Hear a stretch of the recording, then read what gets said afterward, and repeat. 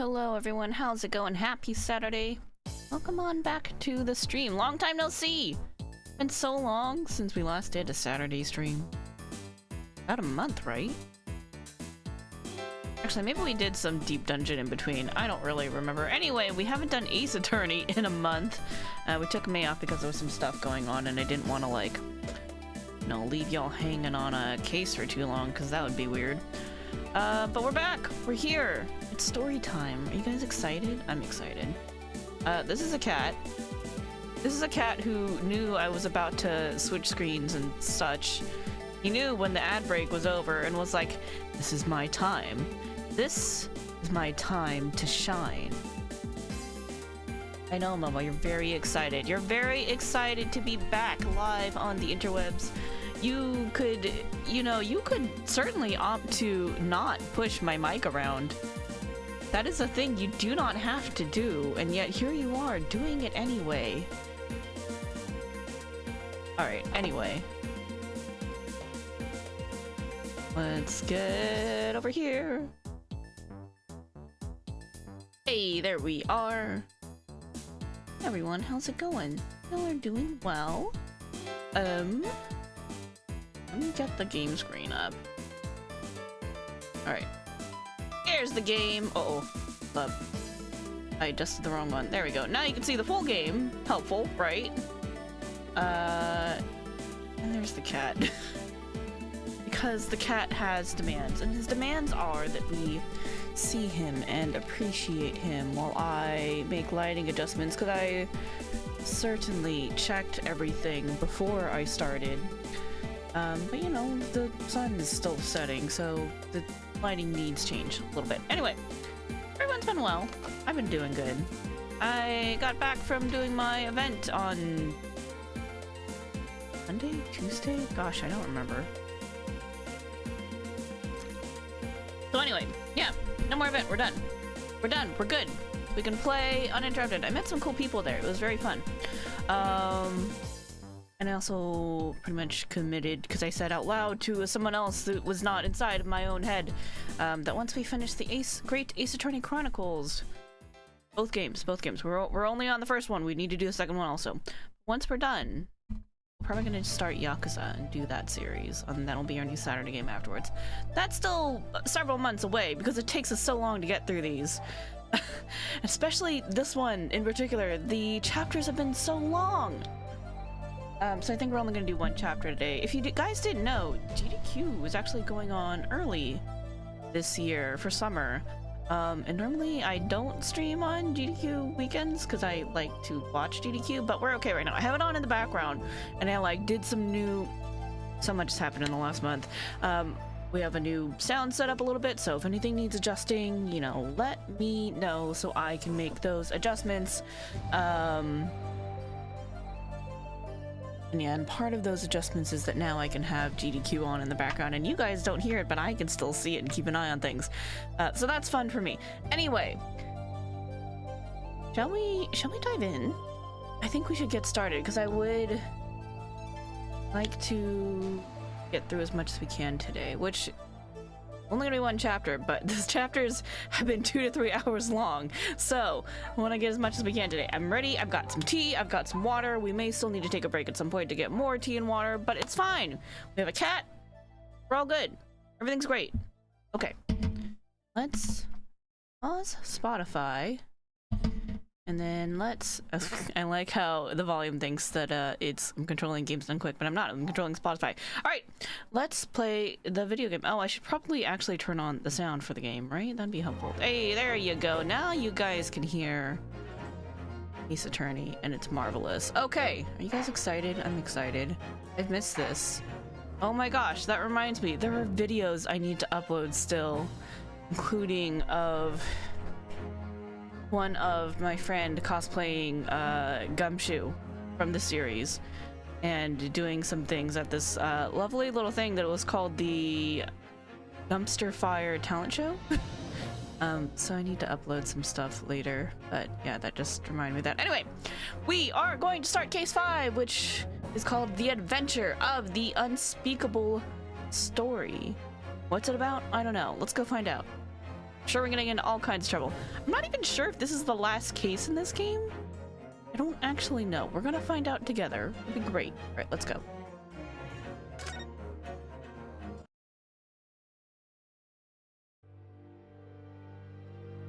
The Hound of the Baskerville! A hound it was, but not such a hound as any mortal has ever seen. Its eyes glowed with a small... Crap.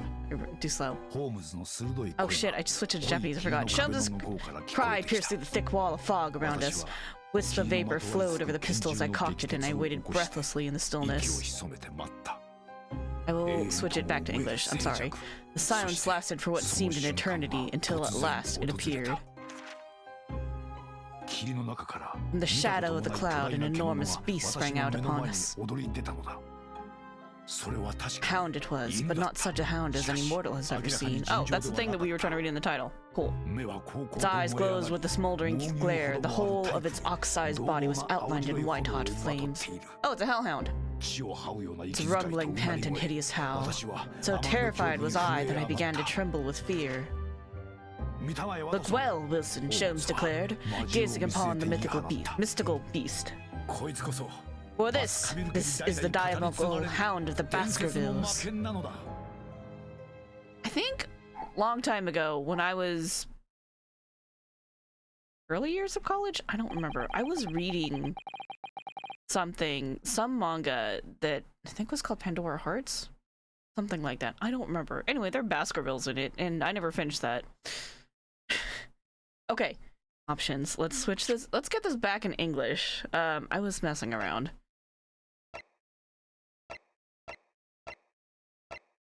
Oh, uh-oh. Where's the language? Okay, hold on. We gotta go back to the title. Don't save. It's fine. We'll watch it again in English. Yeah, it's fine. We didn't get very far. Okay. Options. Language. I was trying to do some sound testing, so I was messing around with that and forgot to change it back.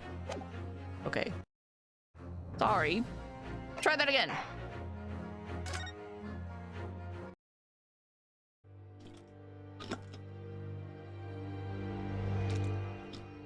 Now they're just gonna read it to us back. It's fine. Don't worry about it. It's coming!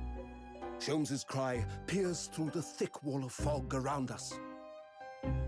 Wisps of vapor flowed over the pistols I cocked it, and I waited breathlessly in the stillness. The silence lasted for what seemed an eternity, until, at last, it appeared. From the shadows of the cloud, an enormous beast sprang out upon us. A hound it was, but not such a hound as any mortal has ever seen. Its eyes glowed with a smoldering glare. The whole of its ox-sized body was outlined in white-hot flames. Its rumbling pant and hideous howl, so terrified was I that I began to tremble with fear. Look well, Wilson, Sholmes declared, gazing upon the mystical beast. For this is the diabolical hound of the Baskervilles.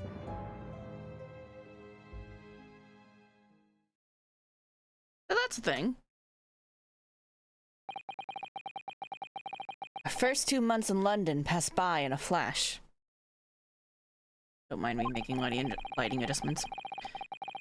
In that disconcerting courtroom experience, we were first thrown into... Restart that. In that disconcerting courtroom experience we were first thrown into on the day we arrived in the country, and in Soseki-san's terrible ordeal that had followed closely behind, we'd emerged victorious. However, there then came an abrupt end to our opportunities to appear in court. Which was hardly surprising, of course, since I was nothing more than an amateur and unknown student of law from a faraway land. So life in our little office was very quiet. That is, until it was shattered one day by that fateful telegram. 15th of April, 9:13 a.m. Naruhodo's legal consultancy. Wow, I'm really good at reading today. Yeah, you heard that. Knock, knock, knock. Hold on. Let me adjust something on the camera. I feel like it's too zoomed in right now. Right? Or maybe I need to... Okay. And I think I need to also adjust it down. It got moved a little bit. And that was partially my fault and partially Cat's fault. Okay, we're good. Anyway.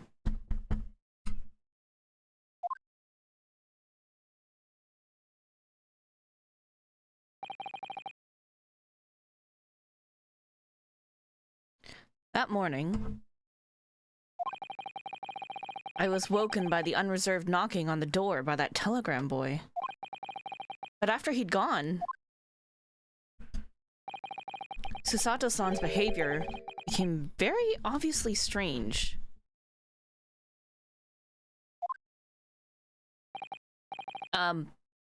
Susato-san? Yes! Is it time to leave for the court already? Let me see. What case is it today? I don't think I'm scheduled to defend anyone at the moment. Momo! Don't chew on my prints! Oh my god! Having cats sometimes, man. Oh, no, of course not. How silly of me. Oh god, sorry. There we go. But I think Iris said she would make us breakfast this morning. So, shall we go down to Mr. Sholmes' suite? And now I have to... I see the sun setting and, like, fucking with shit. Okay.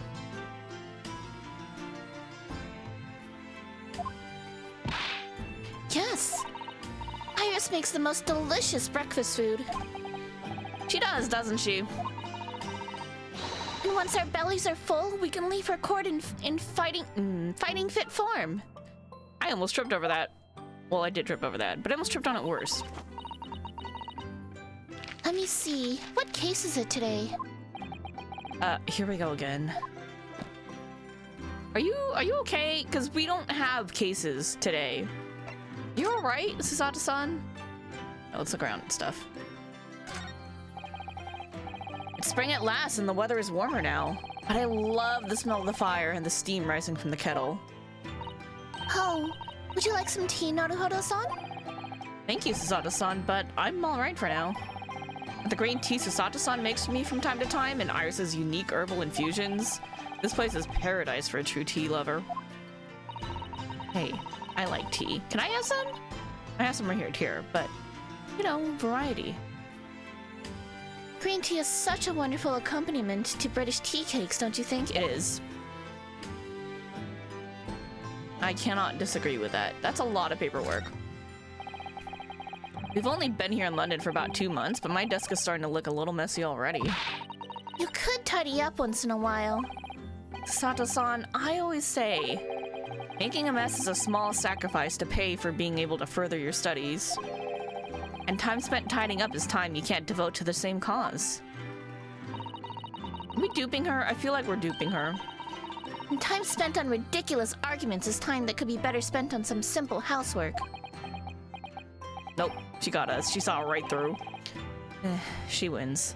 But I'm supposed to be the lawyer here. I'm supposed to be the lawyer!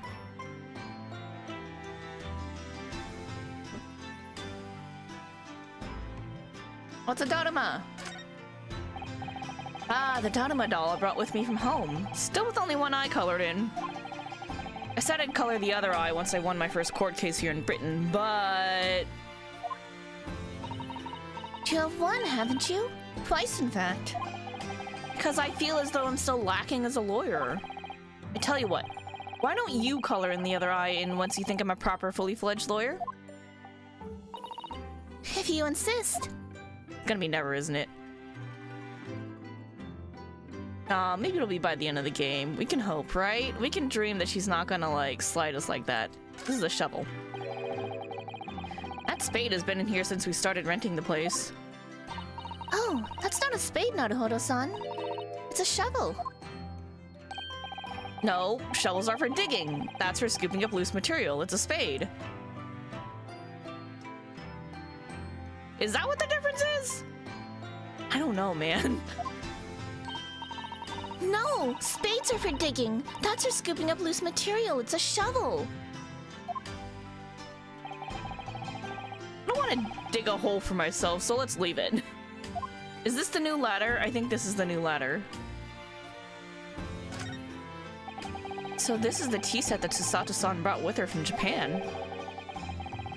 Let's hope she hasn't noticed me slipping sugar and milk into my cup when she makes it. It's just so bitter. Hey, you can get really good matcha that's not bitter. I've had like matcha that was like naturally sweet and delicious. It was great.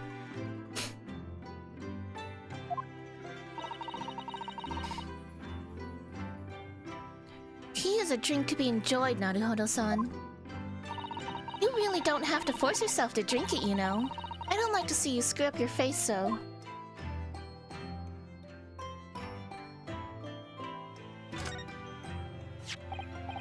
Ah, this must be the telegram. Let's see. Ah! No, you mustn't look at that. Not under any circumstances. Yeah, all right. I won't. I'm sorry, Naruhodo-san, but you can be very mischievous at times.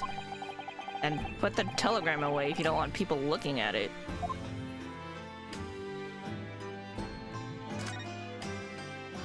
Oh, there it is. Telegram. Right there, just chilling on the desk. What is this? We were rather lucky to find that old aquarium left behind here. Oh, this!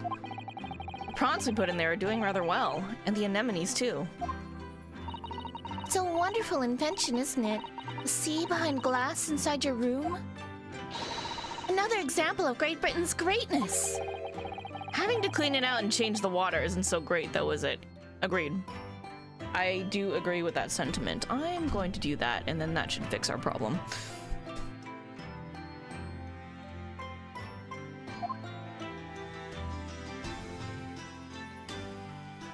Like, just watching the lighting change to, like, shades of red when it shouldn't. Do you know I've never seen inside your room there, Susato-san? I've never even peeped inside. I should think so.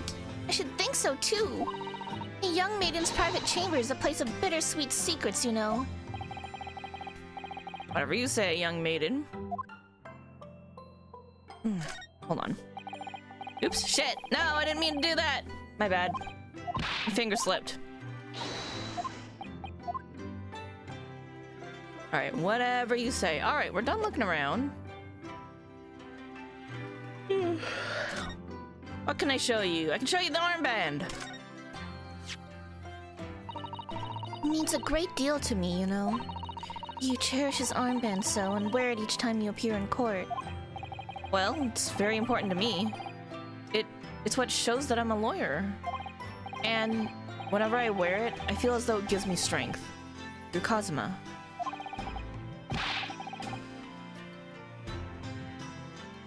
I absolutely can't be without it, especially when I'm at a critical point in a trial. But just the other day, I noticed you wearing it when we went to visit that park. Sometimes I forget to take it off! Look, don't worry about it.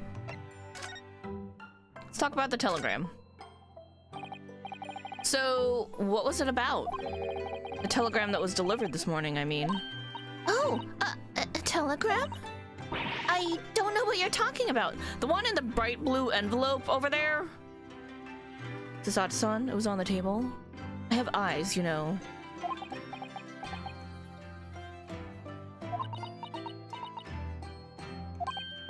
Sorry, but you're not gonna get away with that. Well, I didn't think I would. Actually, don't give it a moment's thought. It's nothing. Nothing interesting. Boring, in fact. It was just a boring old telegram. That's 3 times now that she's tried and failed to convince me it was nothing. I promise that I'll tell you about it at some point. Alright, I understand. Let's talk about Soseki-san. I suppose Soseki-san will have arrived back in Japan by now, won't he? Yes, I should think so. He left immediately after that terrible ordeal. Which would mean he should have completed the voyage already, or be just a few days away. fortnight ago, we had that very long telegram from him. Do you remember? Complaining of seasickness.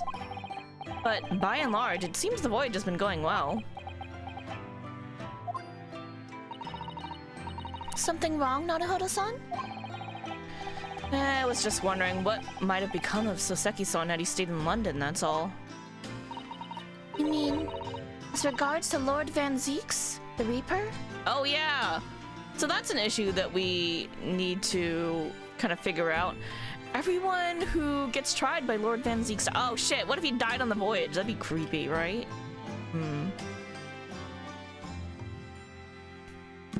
That would be very bad. Hopefully that's not what happened. We shall find out soon, though. Yes, I can't help wondering if seasickness would have paled into insignificance in that case. Let's talk about the Reaper.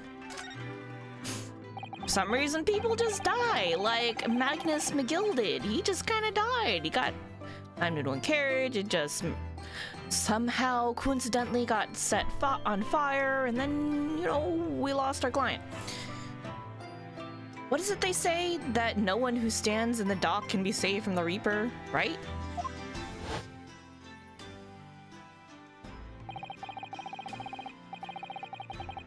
Like the way that Nightmare's trial ended on the very day we arrived in London. Yeah, that one, the one where I was just talking about. Even 2 months on, the cause of that dreadful fire is still a mystery.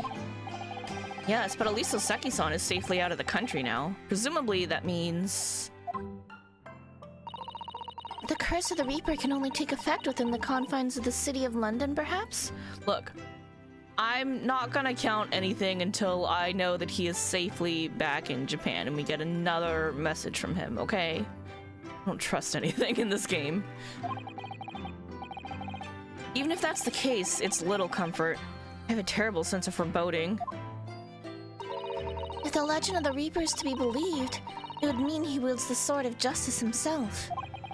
Come to think of it, I wonder what he's been up to these past 2 months. Surely not wielding that sword against more acquitted defendants. No, I don't think so. Apparently, Lord Van Zeeks hasn't appeared in court once since our last encounter. Yeah, only going up against me? Like, what's the deal here? Or maybe we're only called when he's involved. I don't know. Coincidence? Oh? Yes, since I screwed that one up. Yes, since Soseki-san's trial, he's withdrawn from judicial service again, it seems. Really? Just like before, when he wasn't seen in court at all for several years. So, it's just been me who's had to face him in his recent spat of trials, then? Just my luck. I wonder if luck doesn't come into it. Sorry? What was that? Oh, nothing. Never mind. Alright, well... Where can we go? Let's go to Shelm's Suite and get some tea. The home and office of the world-famous great detective and his young companion Iris. It seems people from all over the globe come to engage in his consulting detective services. When you're ready, let's go downstairs for breakfast. My lodging's an office located in the attic above the suite of rooms rented by Mr. Sholmes. I call it a consultancy, but clients aren't exactly beating down the door. With the furniture we moved in recently, this place is starting to feel like a real office. Close enough. Look, even with Phoenix in the future, our office was a mess, so I'm not gonna worry about it. Let's go get breakfast.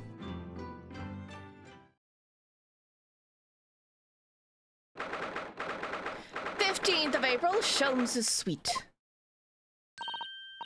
Morning, Runo. Morning, Susie. Good morning, Iris. What? Is that Sholmes? Iris? What is it, Runo? What is that terrible noise? It sounds like a cat being strangled. yes. You noticed that, did you? Sherlock, what the fuck, man? Apparently isn't in his best form this morning, it seems.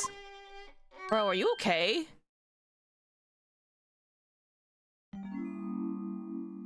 Friend? Crap. He and that kind of like... Okay. It's been a month, okay? Give me a second. Hello. Hello, Mr. Sholmes? Good morning.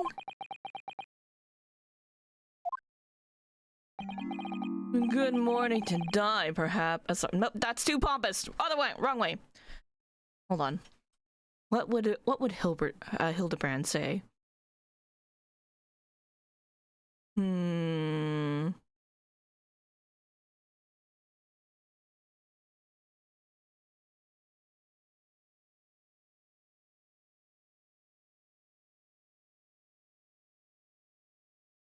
don't know. He's normally so peppy. We don't really get an opportunity to like make him so depressed. You know what I mean? A good morning to die, perhaps. Something happened, Mr. Sholmes? You look miserable, and the way you were playing the violin before? My analytical mind is dead. Music is dead. The world is dead. Oh, there we go. Think we got it. That feels right. Damn this blanched existence. And this is all it is, my dear fellow. Nothing of consequence. I'm afraid I don't understand. Well, Iris, isn't it time we ate? Some dry toast and insipid coffee for me. It's not too much trouble. Bro!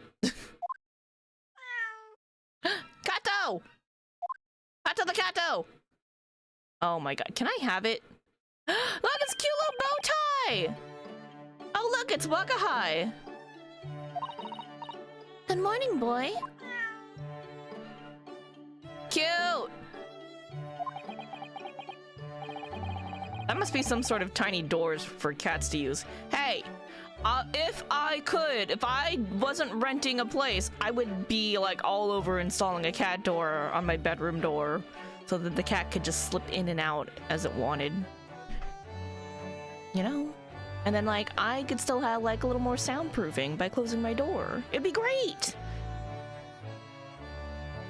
We might also need one for the bathroom because the cat does complain when he can't come into the bathroom. Momo in particular. He's just like the pinnacle of separation anxiety, that boy. I'm just like, I barely closed the door.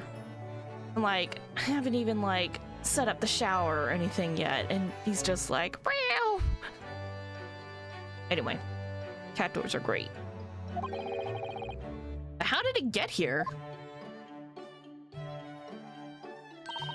Well then, everyone, time for breakfast. Oh, wonderful. Let me help you, Iris. Nah, it would indeed be a fine day to die. Bro, are you okay? What happened? I knew something looked different. Did you lose your hat? Did your machine get stolen? Something's missing from Mr. Sholmes' desk. Didn't he have like this giant machine that he would use to like, I don't really know, but he had a giant machine he used for something, and he was very excited about it. Look, it's been a month, I don't remember.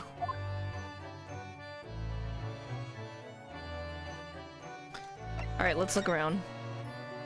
Let's refresh our memories. Looks like that huge metal chest is being used as a table for tea and coffee. It seems very sturdy with an equally sturdy lock. Mr. Naruhodo, you mustn't go around opening things. I always have to keep an eye on you, don't I? You're very mischievous. How did you come to that conclusion? I'm not Maya.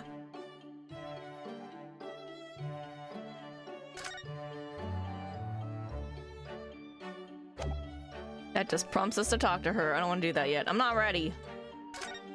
I'm snooping. These are all mementos of Mr. Sholmes' past cases, I think. If he'd been involved in my case, I wonder if the beefsteak from Le Carnaval would be on display here. A mystery shoe, a curious hammer, some mysterious dancing men, a bust of Napoleon? What an entrancing collection! It looks like an untidy assortment of junk to me, rather like what's on my own shelves. Well, you really ought to learn to keep your things in order, Mr. Naruhodo. No. Nope, no favoritism there at all.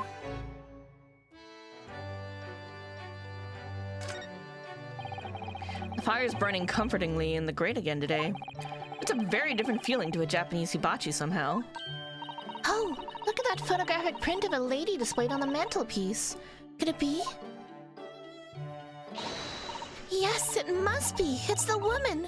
Oh, how exciting. That's supposed to mean something to me? I need to, like, go and read, wait, I got an achievement for that? That's funny. I need to go back and read, Sherlock Holmes novels. I almost said her Sherlock Sholmes. This game is doing things to me. There's all sorts of things on these shelves. Chemistry apparatus, books, papers, and lots of things I've never seen before. It's all heaped up so high, can't help feeling that the whole lot is going to topple at any moment. Oh, it's such a charmingly untidy collection of paraphernalia, isn't it? It just looks messy to me, like my desk. But you, Mr. Naruhodo, must learn to tidy up after yourself. Double standards much? No favoritism there then.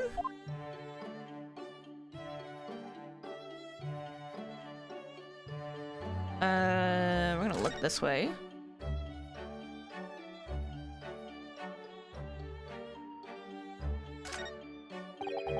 Look at Mr. Sholmes' desk. It's completely clear. Isn't that enormous machine usually on it? I can never hope to understand what goes on in the great detective's mind, Mr. Naruhodo. Did somebody steal it? Did it get confiscated? Did it break? Was it thrown away? Was it on loan from someone who finally came to collect it and was like, yo, what the fuck? You've had this way too long? What's the deal? What is the story here? Why, next time we're involved, we may find he's vacated the entire suite.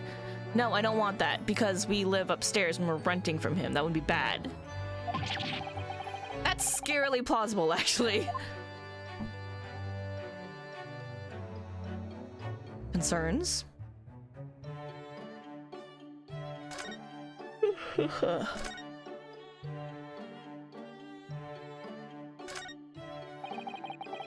Iris's beautiful tea set is there on the table as usual. A cup of one of her special herbal blends always helps me to relax when I'm feeling the strain. The English pastime of tea has many similarities with our own tea ceremony customs, don't you think?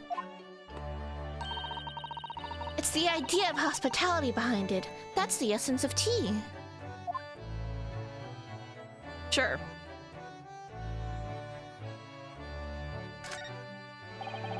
That's a charming little white shelf, and full of charming little bottles, too. But the contents of them aren't quite so charming, it seems. Science is the future, Mr. Naruhodo. You can't deny it. I'm saving my money so that I can buy some chemistry apparatus as well. Law, chemistry, takedown throws. What diverse skills you boast, Miss Susato? As useful as they are, I'm not sure that my throwing skills are worthy of inclusion in that list. Look, self-defense is a major thing in the modern world. You're fine. Come to think of it, I haven't seen Iris doing much writing recently. But there's paper already set up in the typewriter. Look, as if she's about to start. That reminds me, when I mentioned that Iris was in the process of writing a full-fledged novel, Mr. Natsume was most impressed. Ah, yes, Mr. Natsume. Soseki-san. That's what I'll be doing too once I'm back in Japan, he said, through tightly clenched fists and teeth.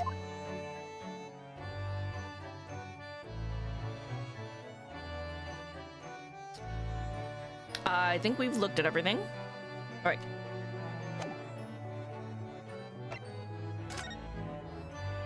Oh! The only way to talk to Iris is through this way. Okay, got it. Let's talk about Wakahai. The cat. Mr. Natsuma's cat seems to have settled into his new home then. Oh, yes, and I've become very attached to little Waggy.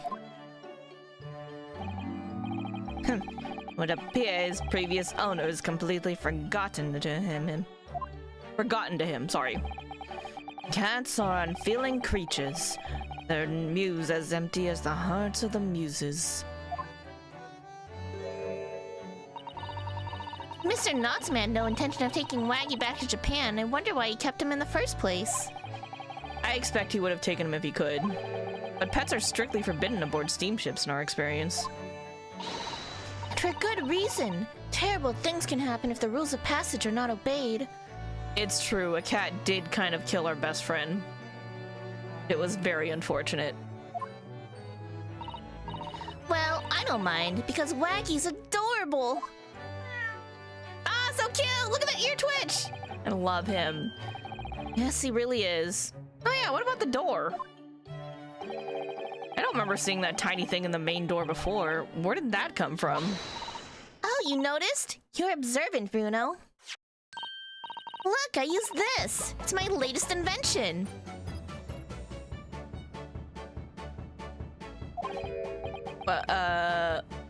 What is that? I call it the cat flapomat. What? Gosh, a machine for making doors just for cats? That's right. It can make a cat flap for a little furry friend like Waggy in seconds. Can I borrow that? Can I have that? I need one. And it can do it in any door at all, no matter what it's made of. It's very powerful, you see.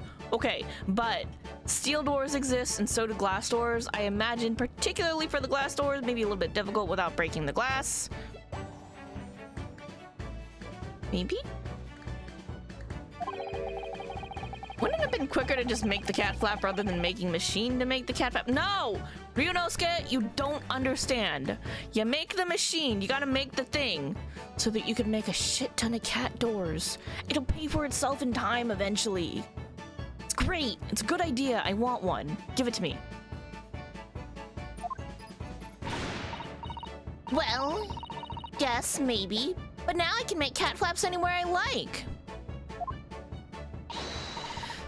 Oh, I think it's wonderful. You must make one for us in the door of our office upstairs, Iris. Yes, let the cat come in. She really knows how to come up with unconventional inventions, this girl.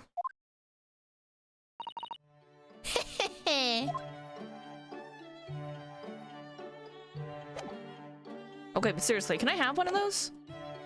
I need one. Alright, why do you want to die? You seem to be very unhappy this morning, Mr. Sholmes. What's happened? It used to be the case. And in my hands, this violin sung like the dawn chorus. Its melodic tones would make flowers bloom. It would? But now, the muses are unamused with me. The goddess of music have the goddesses of music have thrown me over. Whatever do you mean, Mr. Sholmes? For hours I abode, for days even. Through the night I've endeavored to no avail. That sound, my tone, is lost. Are you saying you become tone deaf all of a sudden? Because I'm not really sure how that happens. I mean, I'm sure there's a way around it. That brilliant, clear, unwavering tone, gone forever. No more recitals of unbridled emotion. I thought my game was freaking out, but it was just him being, like, himself. Well, you haven't been practicing much lately, have you, Hurley? Don't worry, I'm sure it will come back to you in time. Heed my words, Mr. Naruhodo. The goddesses of the arts are fickle. One day they bestow genius on a man, the next they unmercifully withdraw it. Oh, dear. Hey, camera! See that? I saw the camera crash. Hold on, I got you guys.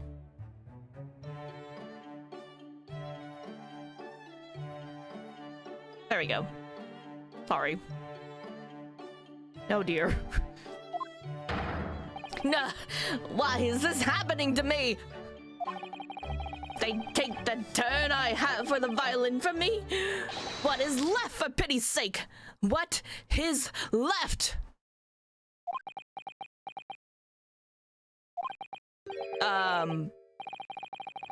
Deduction, perhaps? Isn't that what you're known for? Even though, let's be real, he is wrong sometimes and needs a little help. He needs a little nudging in the correct direction.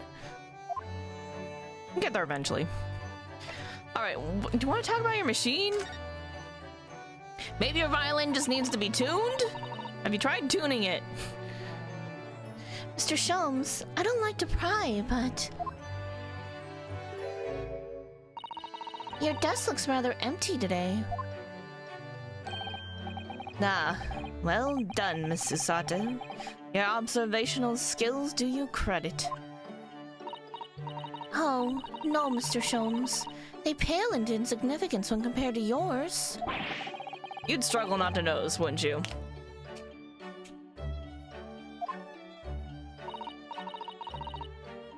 You mean Hurley's great analytoscope? That's out in the Windabanks now. The what? Sorry? It's at a windy bank? No, Windabanks, the pawnbrokery. Why did you pawn it? What the is something wrong? We're not paying you enough rent. Pawn? What? You mean you pawned that enormous machine of yours? It has some considerable value, you see. Quite undeservingly. But isn't it a very important machine for your work? I do wish you had consulted us if your situation had become so desperate. I should have gladly passed what little income I have to you. Dear madam, things are far from desperate. But the pawnbroker has your wonderful machine. How can it be anything but desperate? Making use of a pawnbrokery is quite ordinary here in London, I assure you. Is it? It is? Doesn't sound very ordinary at all. It would seem that neither of you fully understand how pawnbrokering works. Oh. What's to understand exactly? Alright, tell me more.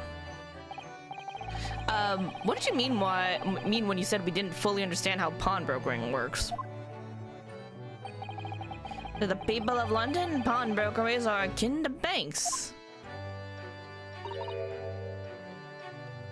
Banks? On Mondays, merchants relinquish their finest jackets and trappings to their pawnbroker of choice. With the money they receive in return, they are able to trade happily through the week.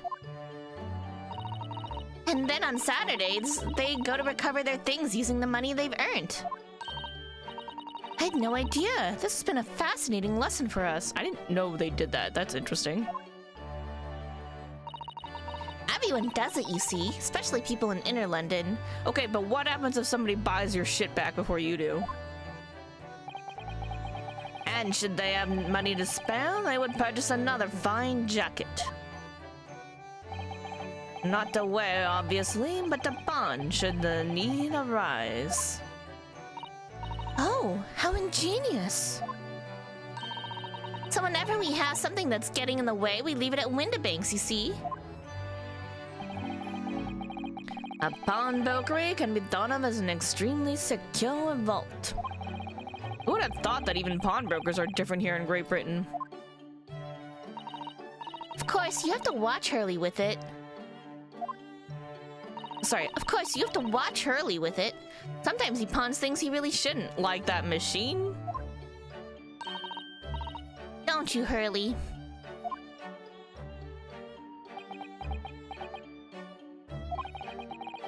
What does it matter? The world is dead to me now. Bro! Friend? The Kato! Oh, who's that?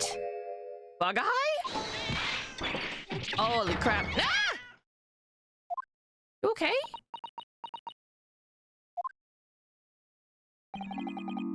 What was that? Oh no! Wakahai's tangled up in your violin. Ah! How? I think he thinks it's a toy. How? How? Those strings are really tight. That's how you make the music. If they're loose, it doesn't work. So how the frick did the cat get tangled up in it?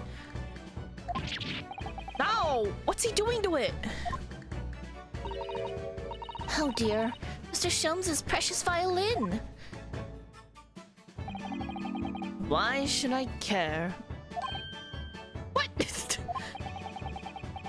I shouldn't be surprised. The cat is a more accomplished musician than I now. Bro, you are super depressed. Mr. Sholmes really is in poor spirits, isn't he? Like, it's kind of my way, but also... Sorry. Just messing with my hair. Well, anyway, I'll put it back where it lives, shall I, Hurley? Out of the cat's reach, if possible. Maybe we should assess the damage.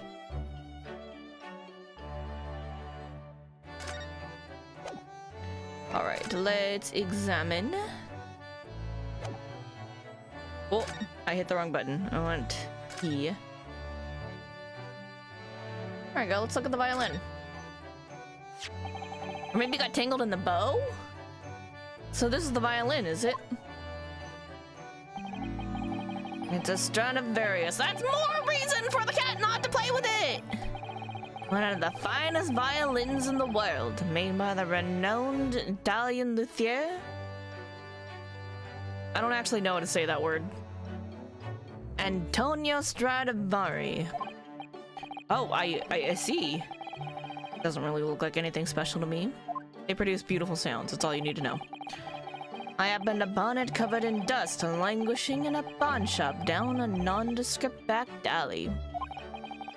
The broker had no idea of its value, so I was able to purchase it for a mere 55 shillings. How honorable of you. And until today, it has been my faithful companion in every great Paganini-inspired performance I've made. I ask you, is there a reason to live in a world devoid of music? To tolerate this blanched existence? No! There is none! A little dramatic. I get you, though. I understand. Mr. Sholmes? What, dear madam, what? My thoughts are preoccupied with fancies of release from this dull routine. Well, it's about the violin. It looks very different to normal, don't you think? Hmm? What do you mean, Mrs. Sato? Did somebody bamboozle and switch his violin? Oh, Susie's right. Yes, the tone of the wood is completely different. And that's not all. I'm sure there was no crack here before. Oh shit, that's a big crack on that violin. Right there. Wait, it's not even the right size, is it? What's this? Did you write notes about his violin in your notebook? A little weird, but okay. It worked out. A little stalkerish, though.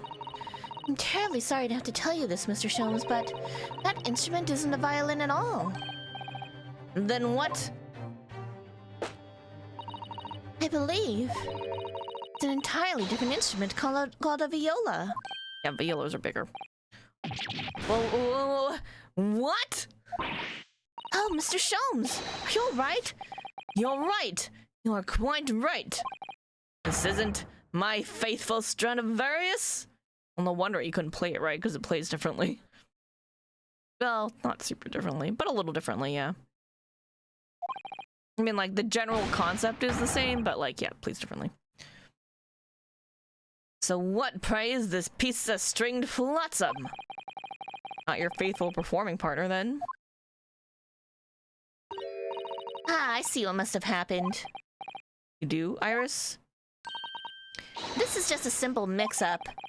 Sounds like Iris might be able to tell us exactly what's happened if we ask her. This is all like build up to something that we have no idea what's actually going to happen in this case, but alright, let's go. Alright, let's talk about this mix-up. What do you mean by a mix-up, Iris? Well, you see, this this viola, I mean, was at Windibank's until last week. Huh, at the pawnbrokers? So he pawned the violin, which he really shouldn't have done. Not Mr. Sholmes' beloved musical partner? There is a proverb from the East with which you are no doubt familiar, my dear fellows. Always let a beloved child travel. Yes, indeed. So you sent your beloved violin to the pawnbrokers in hope that it would experience personal growth? Oh, what a wonderful idea. How?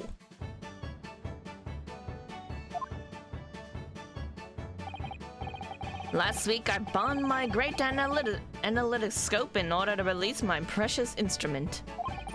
But it would appear Mr. Windibank mistakenly furnished me with this tawdry fiddle instead. What if he did it intentionally to bamboozle you? Because you sure as heck took a while to notice. But my ears cannot be deceived by the hollow timbre of this piece of timber. No, but your every sense was deceived by the fact it just had strings. I would know my instruments from another one. If I played them regularly and, you know, for that long, I would be like, yo, hold up. This is not what I asked you for. Pshaw. Fine state of affairs this is, and why I always say, Mr. Naruto, never trust a pawnbroker. They will try to fiddle you every time. Then why do you trust them with your important stuff? Sorry, stretching. But earlier you said that you could think of a pawnbroker as an extremely secure vault. I'm gonna need more info on how this shit works. Come, Mr. Naruto, dilly-dallying will get you nowhere. Sorry? What? Crunching your toast with that vacant aspect? Pressing your coffee so obtusely. What is pressing?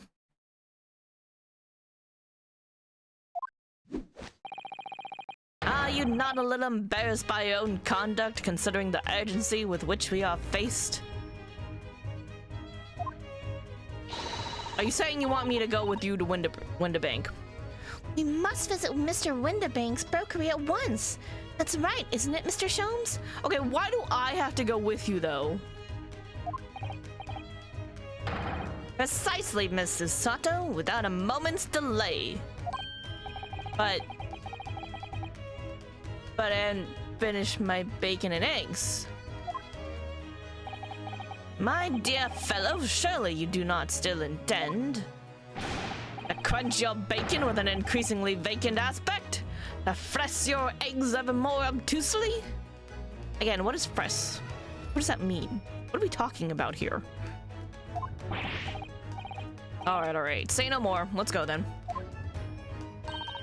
Don't worry, Bruno. I'd be happy to heat it up for you again later. Oh. Thank you, Iris. As it happens, I am rather curious to see what a British pawnbroker's looks like.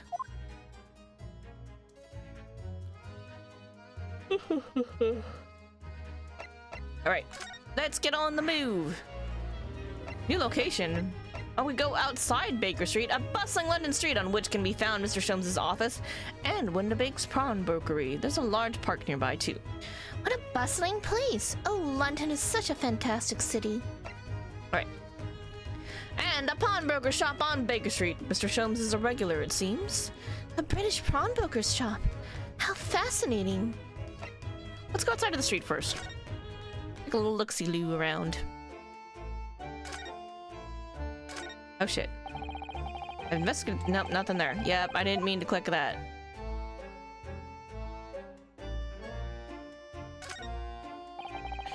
Look at all the different things in the window of the shop. Ah, that's Windabank's, the pawnbrokery. Looks much smarter than a pawnbroker's in Japan, doesn't it? Yes, you're right. I find pawn shops at home rather inapproachable, personally. It reminds me of tearfully parting with my favorite fountain pen. What's so miserable? What doesn't kill us makes us stronger, Mr. Naruhodo. Thanks, thank you for that.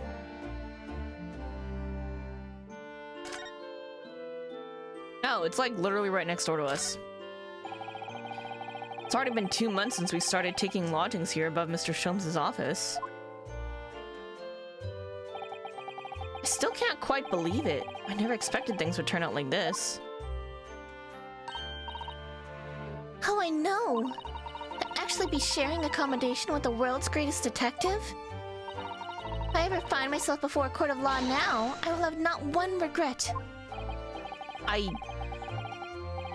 don't know what you're talking about, but I'd be happy to defend you, of course. She is a strange one, yes. Okay, there was really not much to look at here. Let's go inside, shall we?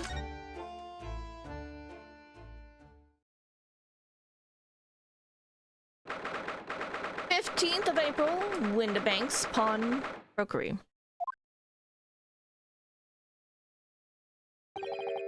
So this is a British pawnbrokery. Oh my! There are all sorts of tools and contraptions in here that I've never even laid eyes on before. Ah, Susato-san, and that spark of wonder in your eyes. Can't wait to scour the shelves, can you? I get the impression you enjoy places like this. Oh yes! I don't know why, but seeing such a lot of things I don't understand is a real thrill for me. You're a very curious person. That's fine. I respect it. My dear fellows, let us not forget why we are here. Oh, Mr. Sholmes. We are calling on matters of business, not pleasure. And clearly Mr. Sholmes means business too, judging from the spark of fury in his eyes. Ah, Mr. Sholmes, sir. Welcome back. Did you hear that brazen welcome? Well, yes, we are potential customers after all. We are disgruntled customers, Mr. Naruhodo, and it's time to inform Mr. Windabank of our ire. I don't really care. Well, okay, I care a little bit because it is a Stradivarius violin, so that's kind of offensive actually. But anyway, it's your thing, not really mine. I'm just kind of here along for the ride. Come, the fight is afoot. I'm gonna look around. I want to look around. I too want to snoop. What is this? What are you doing, my dear fellows? We are not here to browse for interesting curios. We have come to teach this broker a lesson. Okay, he says we can't look around. Oh, but there are just so many fascinating items. It looks as though we'll have to talk to Mr. Windabank first before you can explore in here, Miss Sato. Alright, we shall talk. Oh, wait, hold on. Can I show you my armband? I have to show everybody the armband. That is the rule. After I pour myself more tea. More more tea, please. All right, present. Mr. Windibank, about this. Let me see. I'll give you tuppence for it. No, I don't want to pawn it.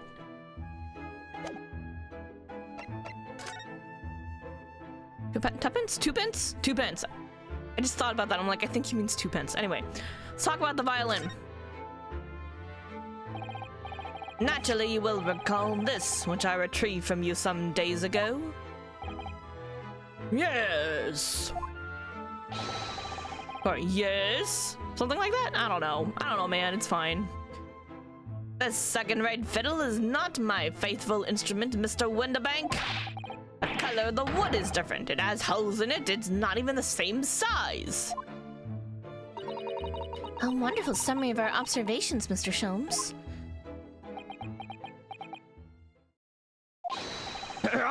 I'm so very sorry, sir. How utterly unforgivable of me. An inexcusable mistake for a pawnbroker. There's only one way to make amends.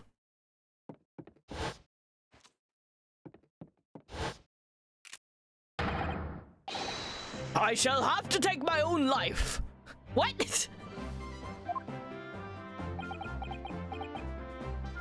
How about you just give us the violin? I don't think that will be necessary, do you? If I may say just one thing before I hop off. Yes? It was you, Mr. Sholmes, who took it upon himself to remove the item the other day, I believe. Sorry? So I recall I entered the storeroom to fetch your violin when I heard, here it is. You did? Sholmes, what the fuck, man? It's all your fault and you're trying to blame the poor man? He was like, I'm gonna go get your violin. You're like, this is my violin. And we were just like, okay, buddy. When I turned to confront you, you had taken the viola and left, sir. However, there can be no doubt that the blame lies firmly at my own door for allowing you to leave. So I shall not grumble or grouse any longer. May this guilt die with me. No, stop, my dear fellow. The fault is mine. Well, that turned around very quickly.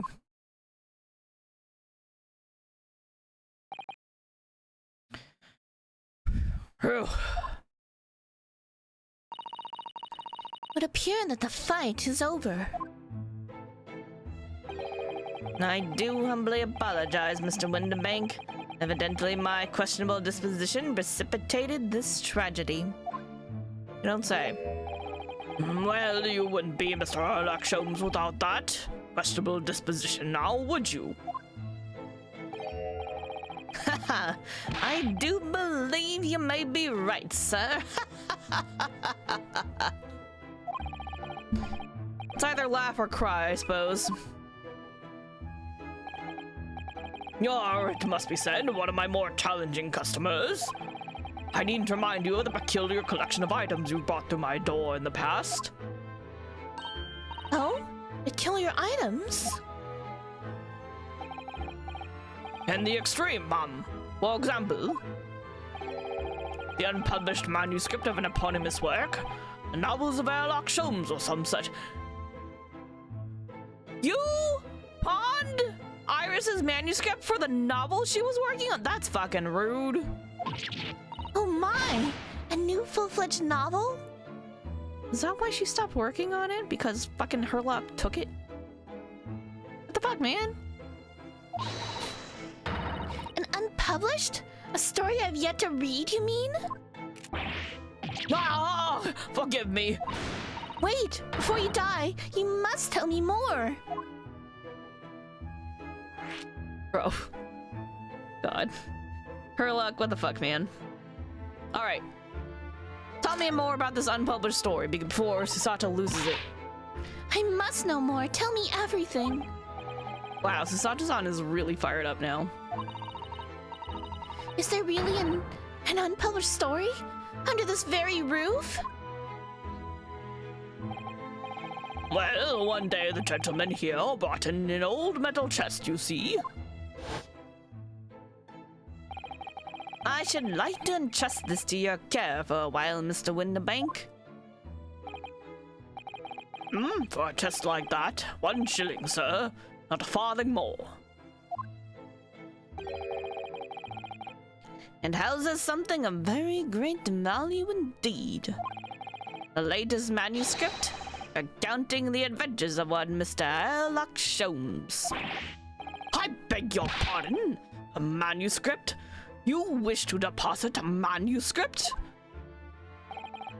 Indeed I do. I am confident it will be quite safe here. And that was that.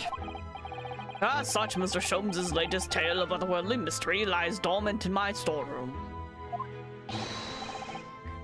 Mr. Sholmes, is that really true? Do I sense that someone doesn't want to talk about this? Did you even ask for Iris's permission before you do this? Is she mad at you? I continue to pay a fee, do I not? And kindly continue to store my belongings securely. Of course, sir. They're safe and sound with me, I assure you. On my life. This is all very strange. Alright, now tell me more about your pawnbrokery. I wonder, could I ask you something? Ah, a gentleman from the east, I see. Yes, that sable suit. I suppose I could offer you 6 pence for it. What? I didn't say I'm telling you anything. I just want to know more about your store, sir. Without wishing to offend, the tone is somewhat dull. Sorry? Ah, but for your splendid attire, ma'am, 5 guineas, no less. Colors are exquisite, design exotic. Eastern artistry at its finest, I must say. Sorry, may I say? Oh my, 5 guineas, you say? How interesting. Why do I feel as though I've suffered some sort of defeat here? Look, Ryunosuke is just wearing his school uniform for whatever reason. Could have got new clothes when he came here, but here we are. Actually, I was hoping to ask you about your business. I've heard it said that pawnbrokeries are rather like banks here in London. Yes, sir, indeed. Many of my customers utilize the establishment as you describe. I appraise their items and offer them a proportionate loan in 2 months of secure stowage. If in that time they repay the original sum to me plus the agreed interest, their items are happily returned. Well, what happens if they don't pay you the money? Then the items are offered for sale in my shop, as you can see on the shelves behind me. So you never sell items before the 2 months has passed then? That's right, ma'am, that's right. It means some considerable responsibility rests on my shoulders. Should a customer's precious belongings be lost, the only recompense is for me to end it all. The very idea, Mr. Winterbank, is an absurdity. One should never talk of one's demise so casually.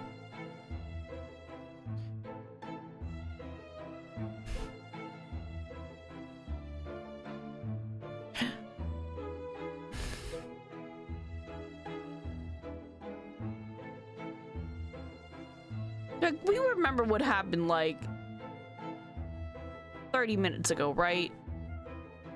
Like both IRL and in-game time, like half an hour ago. This morning, right? We all remember that, right?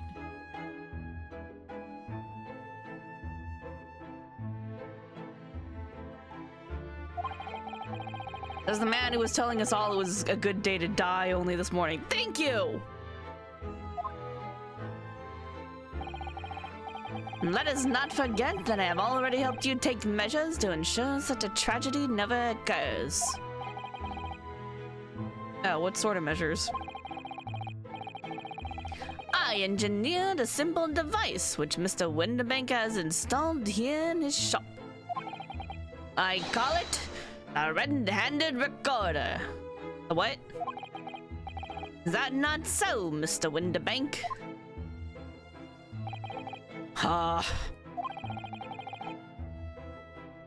What's that deep sigh about? Tell me more about this red-handed recorder. What on earth is a red-handed recorder? Use your eyes, my dear fellow. There are two just below the ceiling.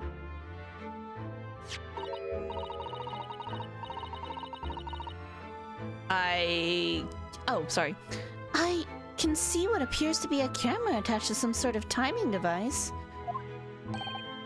Very astute. It is indeed a camera furnished with some 100 pieces of celluloid film. And every 30 minutes precisely, the camera automatically records the appearance of the shop. Here, I have an example I can show you.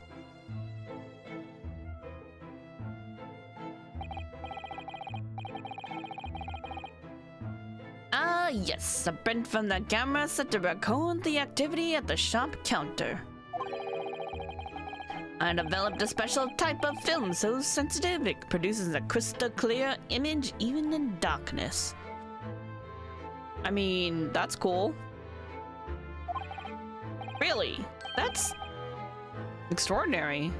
Okay, but it only takes a snapshot every half hour, so it's like you can't actually, it's not like live video feed where you can see what's going on like per the second, you know what I mean? Yes, you can clearly see the counter and the door behind it. Look.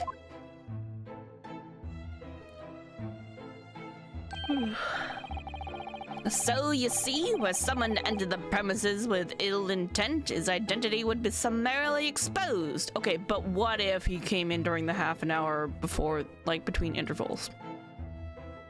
And then left before then, you know? But did you not say that the photographic prints were taken at 30-minute intervals? Indeed, as you say, my dear madam. Then what if the incident were to occur in between times? Exactly, that's what I just said. One could only say that would be a cruel twist of fate. I respect and appreciate the idea, but it's not the most helpful. It is good for seeing if something went missing in between what times, but I wouldn't say it's like the best as a security system. Just, you know, it is a nice loss prevention system, or rather like inventorying system or something. I don't know, anything like it helps you keep an eye on like what went missing. Can you do anything about it? No. Can you catch the guy? Probably not, unless he was there when it took the picture. But it's something. It's a step in the right direction. I respect it.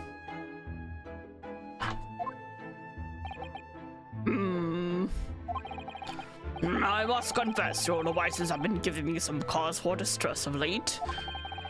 I beg your pardon, Mr. Winterbank. Surely they are anything but distressing. Reassuring is the word. It's the cost of the film, sir. Most graciously place not one, but two cameras in my shop, after all. Which means I must pay for nigh on 100 utterly useless prints every single day. I'm afraid the cost of the film will break me before I'm very much older. Didn't think that went through, did you, Herlock?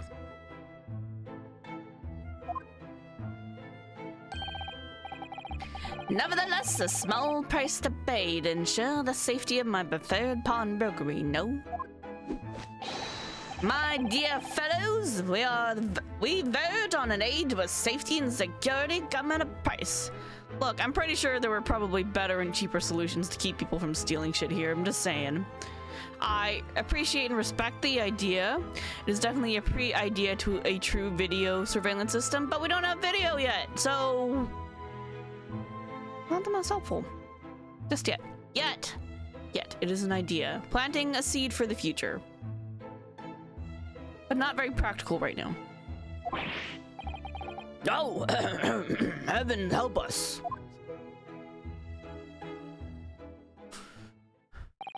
Now then, Mr. Sholmes, allow me to return your precious violin.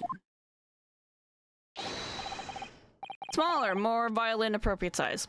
The very thing. Thank you, Mr. Winterbank. Perhaps this might mark the end of the peculiar items you tried to pop, Because if anything were to happen to one of them, this would be the only answer. I really think you ought to stop waving that gun around. Someone could get hurt. Fear not. Sorry. I've only loaded a single bullet, so no one but myself could possibly be harmed. Okay, but misfires. Misfires are a thing. Is there a safety lock on that gun? Is it enabled? I don't really know. It's the, I want to say like the early 20s. I don't really remember. 1800s? Maybe the 1800s. It was like 100 years ago before Ace Attorney, right? Maybe we're in the 1800s. I don't remember. Anyway, I don't know old gun tech, so.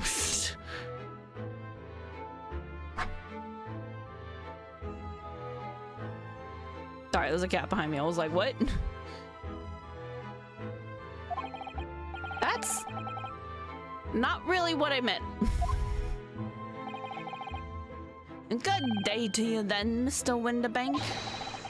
It's been a pleasure as always, Mr. Sholmes. So, Mr. Naruhodo. Now we can explore at last. Sure. All right, we'll look around, because it'll make you happy. What is this? Look at this. What could this lovely big shiny box be? And that, my dear madam, is a music box. Surely you have such things in your own country. Now they'll look like that. Oh my! Yes, but I've certainly never seen one so large before. Shall we listen a while?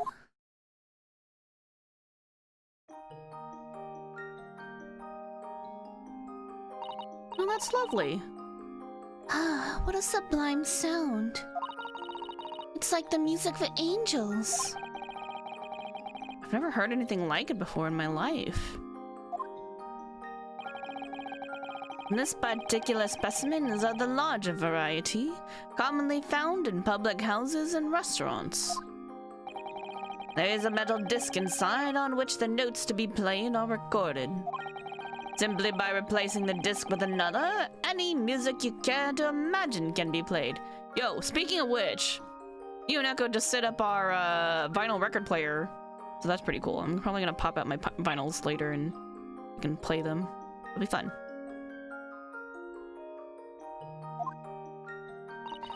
My goodness! What a simply delightful machine! Indeed. Though the popularity has waned recently with the development of the gramophone, of course. Aww. Science and technology advance at such an overwhelming pace. That was very nice. What is this? What are we looking at over here? What an assortment of things there are on these shelves here.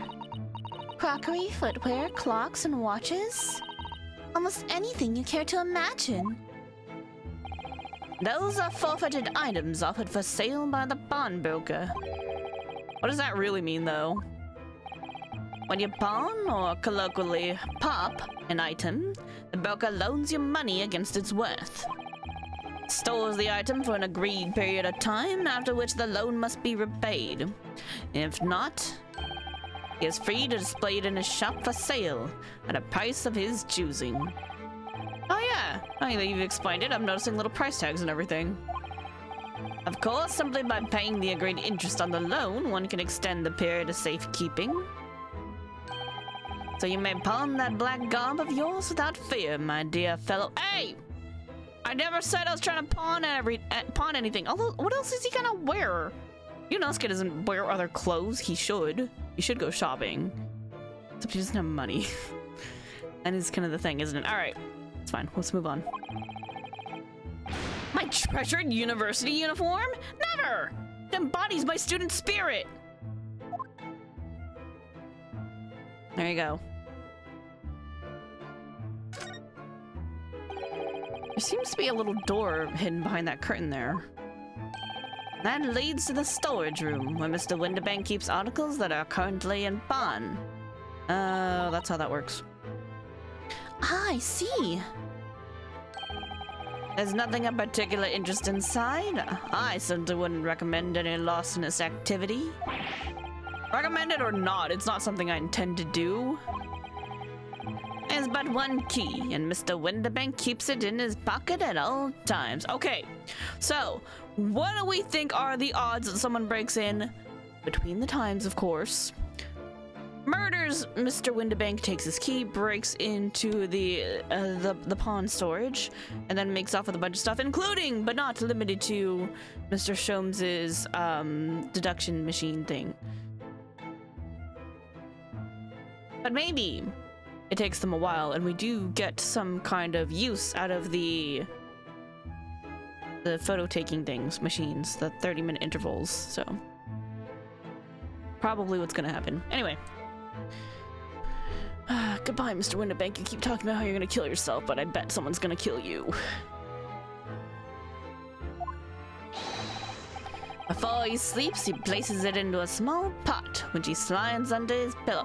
Why do you know this? I feel like that's not very secure if you know.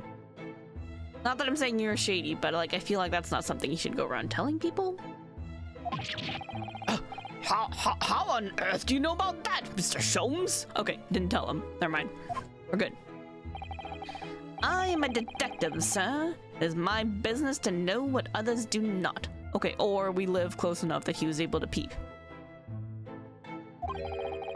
I'm frequently assailed by information that I neither cared for nor wish to retain. Mr. Sholmes, you are a wonder. She's a simp. And the prime suspect of this pawnbrokery is ever burgled.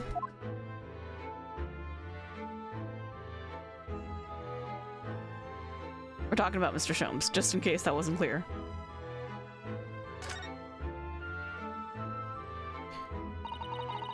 Look at that enormous ledger open on the counter there. Mr. Winterbank is, if nothing else, very particular about recording the items he accepts. He'd have to be, otherwise he'd get himself in all sorts of trouble. Which might explain the thing that catches my eye far more than the ledger.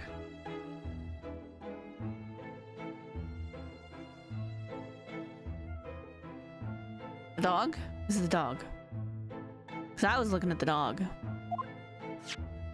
The gun, fine. This revolver here, I was looking at the dog. I did see the gun, but it's like, a dog. Doggo!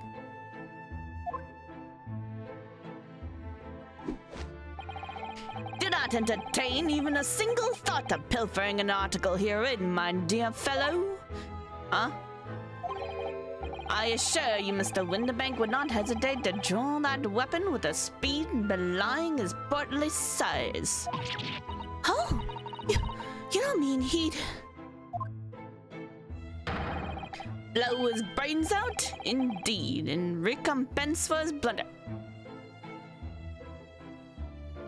I'm just saying, if you're trying to stop someone from robbing you, it may be a little bit more efficient to, like, shoot one of their limbs. Maybe not kill them, but, like, you know, disable them so they can't get away with your shit. Instead of killing yourself. Just saying, out of the two options.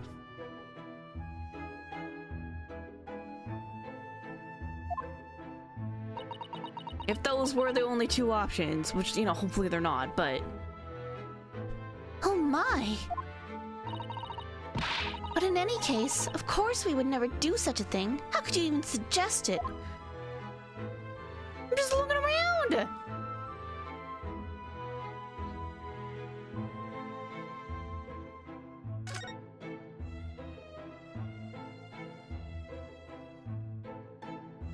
What is this? Now, what do you suppose this rather enormous machine does? It seems to have two little windows for looking through. Allow me to enlighten you, my dear fellows. What you are looking at is a stereoscope. Oh, I used to look at those. So, okay. They had those at places I went to on field trips as a kid, and they were neat. They're really cool to look at. Also, they had them at Disneyland for a while. I don't know if they're still there. So I used to look at those there too. They're cool. Very old-timey. A stereo... Fascinating. It is aptly named, I assure you. Look through the eyepieces and see for yourself. Oh, I should be delighted to. Excuse me a moment while I just have a look. Just before you do, there is something I should point out. My dear fellows, in order to see the image properly, stereoscopically, as it were, you will need the big cross-eye. What? That's not true. However, if that is beyond you, it is of little consequence today. Alright then, I'm gonna try it.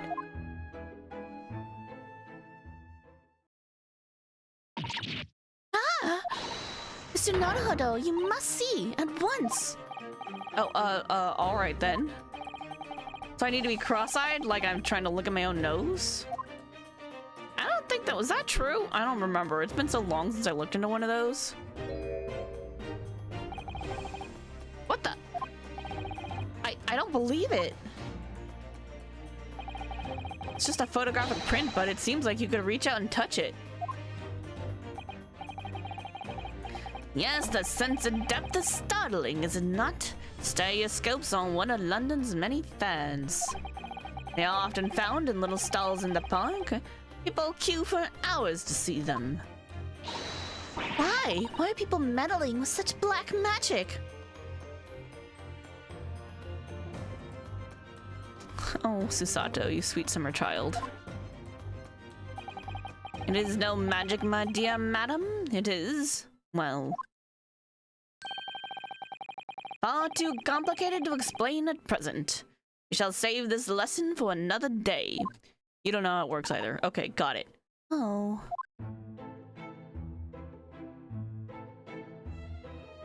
Oh, it's not creepy at all. Cacti. Wait, why are there cacti here? Ow. I don't know if succulents were a thing back then.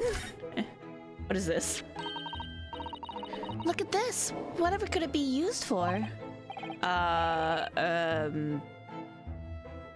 have no idea. Huh.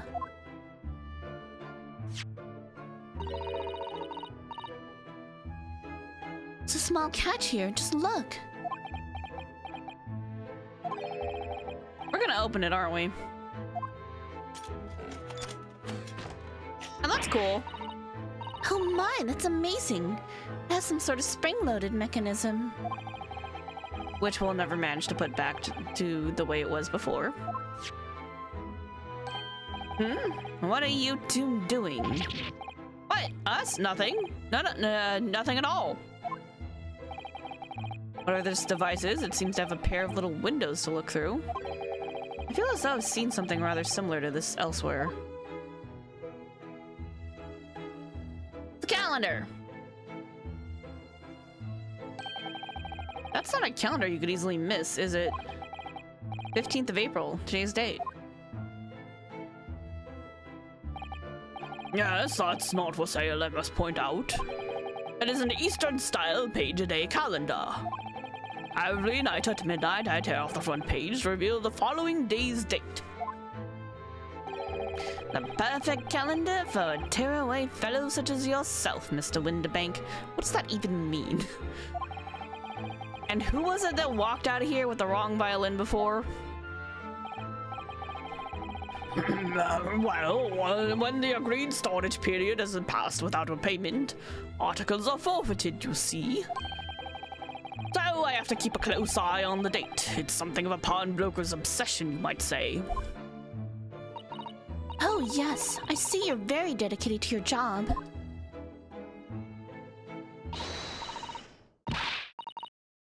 What? Only a twopence for only 2 pence for. How do we say that? Is it tuppence or 2 pence? What? Only 2 pence for it? That ain't fair, and you know it. The article is barely worth a penny, miss. I cannot offer more. Who's shouting? Sounds like there's an argument brewing over by the counter. Come on, that can't be right. Have you even had a proper butcher's at it? I've seen all I need to see, young girl. Oh shit, it's her! Look, I don't know how to do accents, okay? Don't worry about it. Wait, don't we know? I'm sure I recognize her. Oh yes, it's the young lady from Mr. McGilded's trial 2 months ago. Yeah, she was, she's a pickpocket who was hiding under his seat. Because, you know, she wanted to, like, pickpocket people who were, you know, just kind of in there. Except Mr. McGilded sat on her chair. And she did not expect that. And she was stuck there the whole time. So she was a witness.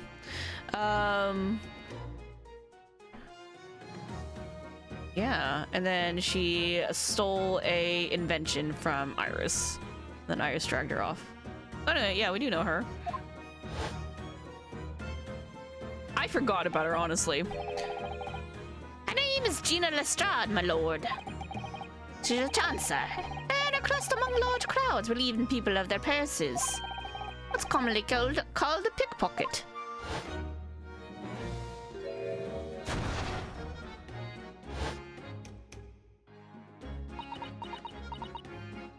Hello, Gina.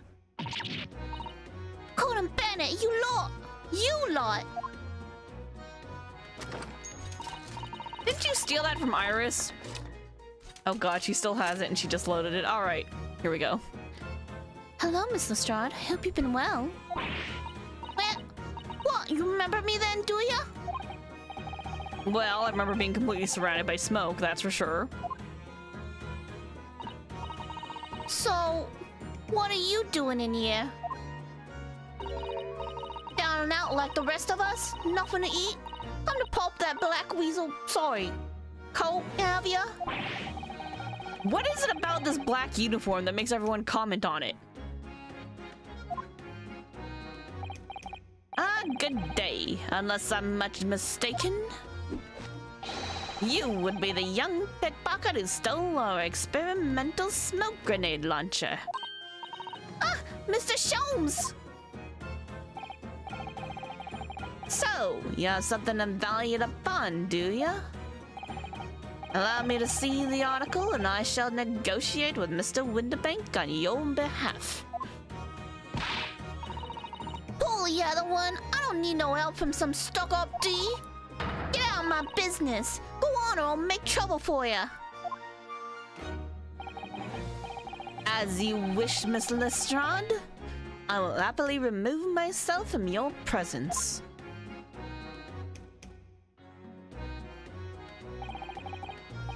Well, he's really done it. He's gone.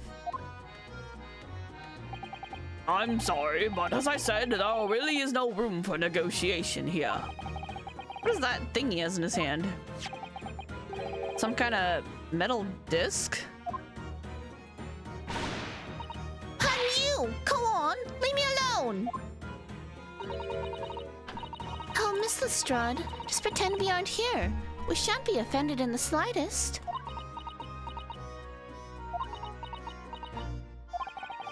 Sato-san can really stand her ground when she wants to. Whatever. I'm gonna finish looking around because I wasn't done.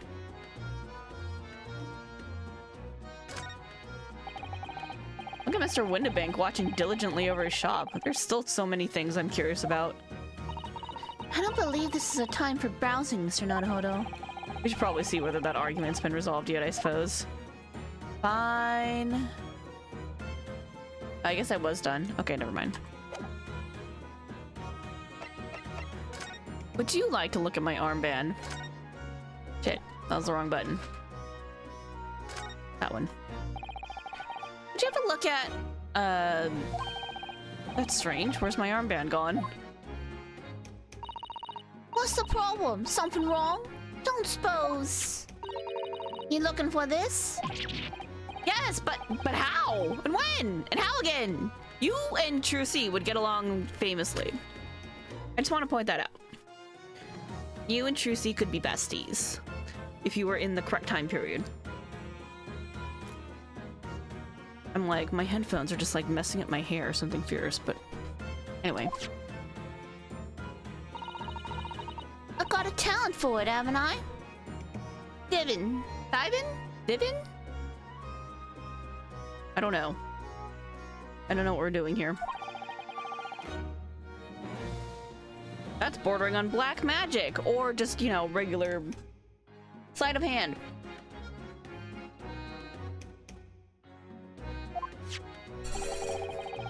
And it makes what I was about to say about my armband seem a little dull. So, what? You want to tell me about it then? No, not anymore.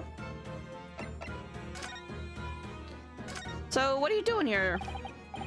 Somehow, I didn't really think you were the sort of person who'd use a pawnbroker, Miss Lestrade. I mean, what if she was just trading shit in to get the money? Yeah, well, I am, alright. I'm a Londoner, just like everyone else. That a problem, is it? No, not at all. It's just that, well... Oh, I get it. I know what you're thinking. That thing probably don't even belong to her. Probably got on the dive, didn't she? Okay, yeah, that was what I was thinking. Yeah, I can see it written all over your Chevy your Chevy Chase. What? My what? Well, I might have been thinking something along those lines. You're not gonna deny it, Mr. Nonodo? Look, she's a thief. Sometimes, I don't know, man. I think some thieves sell their shit that they steal. I don't really know. All right, then I'm just gonna come out and ask you straight. You pawn things that you steal from other people? Well, I don't know. I don't know how best to answer that, really. Suppose sometimes. I mean, what else are you gonna do with it? You have to sell it. That's how you get your money. You're not gonna deny it either, Miss Lestrade? Not this time, alright? I swear! That thing belongs to me! That disc that Mr. Windibank is holding. Perhaps we should see what he has to say about all this.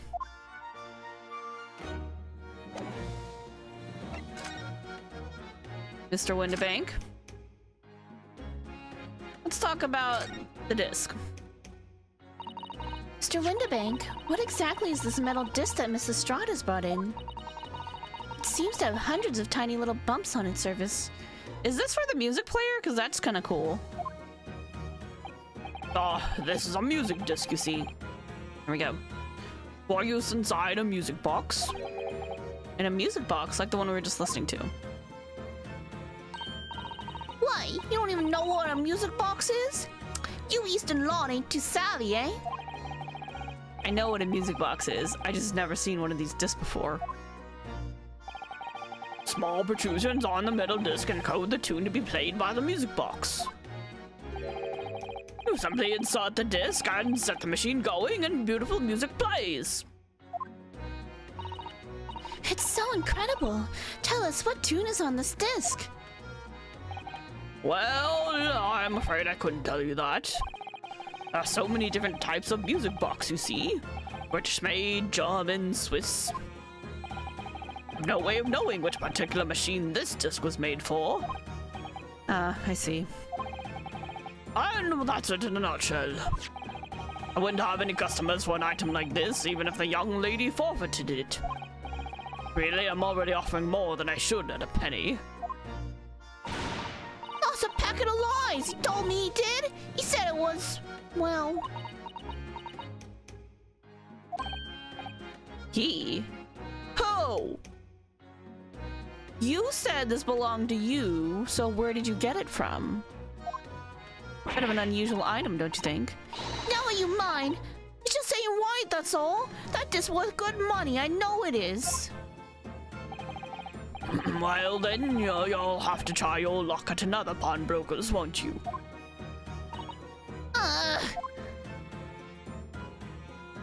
Let's talk about Gina. She's been in before, of course. This little tatterdemalion. What? Okay, I might actually look this one up because I'm like, oh, what does that mean? I want to know what that means. All right, let's look it up. Tatterdemalion.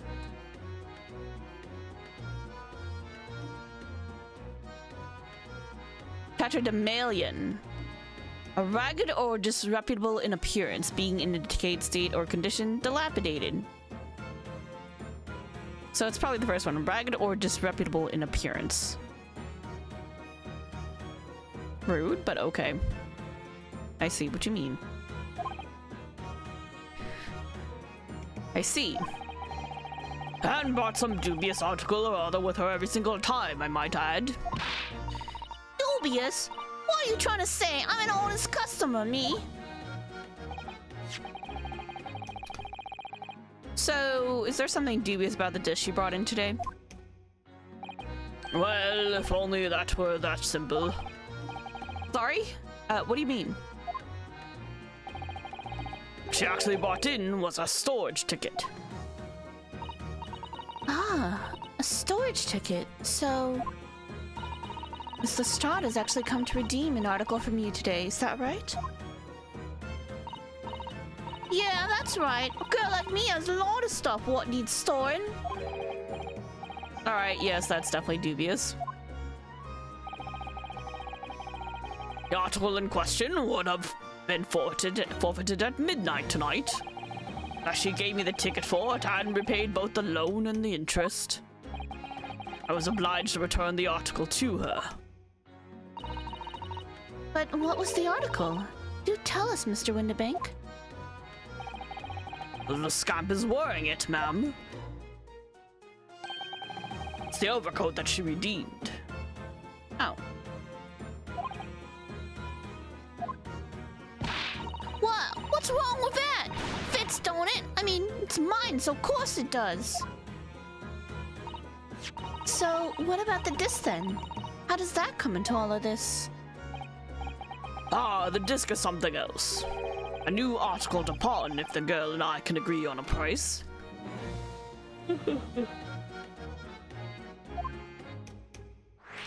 Alright, let's talk about the new article. I'm confused. I thought you said Miss Lestrade brought in a storage ticket today. It's really quite simple. Yes, the child bought me a storage ticket and the money owed on it, as you say. For this heavy black coat, which you returned her care, as I understood it. That's right, yes. And rather unsurprisingly, as soon as the little ragamuffin put the thing on, she went rifling through the pockets. No, you mean... What? Don't you know it's rude to stare at a lady? Ah, I see. So it came from the pocket of the overcoat, did it? If you mean this disc, then yes, exactly, ma'am. And she immediately tried to pawn it. At quite a high price as well. This is all rather suspicious, I think. Give it up, I'm just trying to pawn something like anyone else would. Mrs. Strahd, may I ask who deposited the overcoat here in the first place? Well, me. It doesn't really appear to be your size. Me old man, it's me old man's, ain't it? Is it Miss Lestrade? Yes, this is definitely all rather suspicious.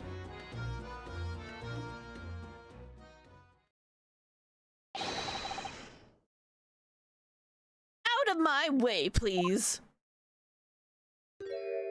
Oh, you are very, Yep, okay. Aristocrat looking. Who's this picture postcard English gentleman?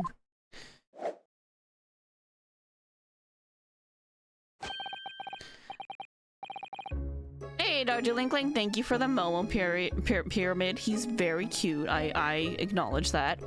He's no longer on the camera. I don't know where he went. He went off somewhere. Who knows? Momo do what Momo want. Good day to you, ladies, gentlemen. Yeah, Din Din? Aw, how cute. What a good boy. What's your problem, eh? Oh, and there's the Christmas Midnight Pyramid. Thank you. Thank you for that. She is also very cute, and I assume also had dinner.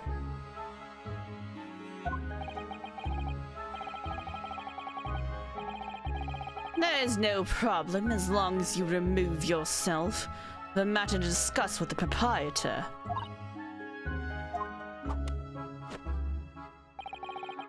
And if you intend to make a problem of it, I shall see you outside, little girl, for the hiding you deserve. Look, ain't it obvious? I ain't done talking with him yet. You think you're such a gent, you should know how to wait in line. Well, you are an impudent little brat, aren't you? As well as a pickpocket. Who are you? How'd you know who I am? The question is, how do you not know who I am? You haven't the courtesy even to remember the faces of your victims, it seems. What? You mean from you? Broker? Yes, sir? I believe this filthy pickpocket thief has just redeemed an article from you, no? Yes, The article in question belongs to me. I demand for it to be returned at once. I somehow don't think it belongs to you if you can't even recognize that she is wearing it right this second. You know, a little suspicious. Oh my!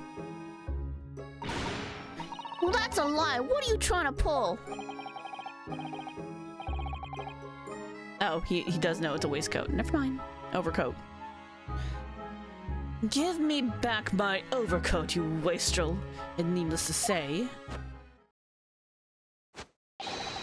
any music box discs, too. No, you can't have it. You just can't. It's me old man's, or was. Now it's mine. Goodness, Mr. Naruhodo. This is a very awkward situation. Yes. I think perhaps we should hear both sides of the story in a little more detail. What are we doing? Okay, I guess we're doing this instead. It's not a murder case yet. Remember the last time we were duped into thinking we were just doing a, you know, a larceny case, and lo and behold, murder case later. Alright, let's talk about this gentleman's accusation, shall we? Miss Lestrade, is what the gentleman is saying. What do you think? It's all lies, ain't it? Obviously. Swear on my life, I never laid eyes on that dandy before. Let's hear it now, you little ragamuffin. You stole it, didn't you? That ticket you bought in here just now. No, I swear it. I swear to God. It was barely an hour ago. I was walking along the street minding my own business. And this little gutterling ran into me. I knew at once what had happened. Been robbed yet again, I thought to myself. Those wretched pickpockets. Yet again? Oh yes, as you can see, I am a man of impeccable style. This isn't the first time I've been targeted by these black slum scoundrels. Now then, relinquish my overcoat. Come along now, Miss Lestrade. Give the good gentleman his coat back. If you're going to cause trouble, I shall have no choice but to call the police. Hold on! Why does everyone think it's That's me. Okay, hold on. But if she gives back the coat, shouldn't she also be given back the money that she used to pay to retrieve the coat? Because she did pay money to retrieve the coat. So isn't that only fair, you know? Right? She should still get her money out of this.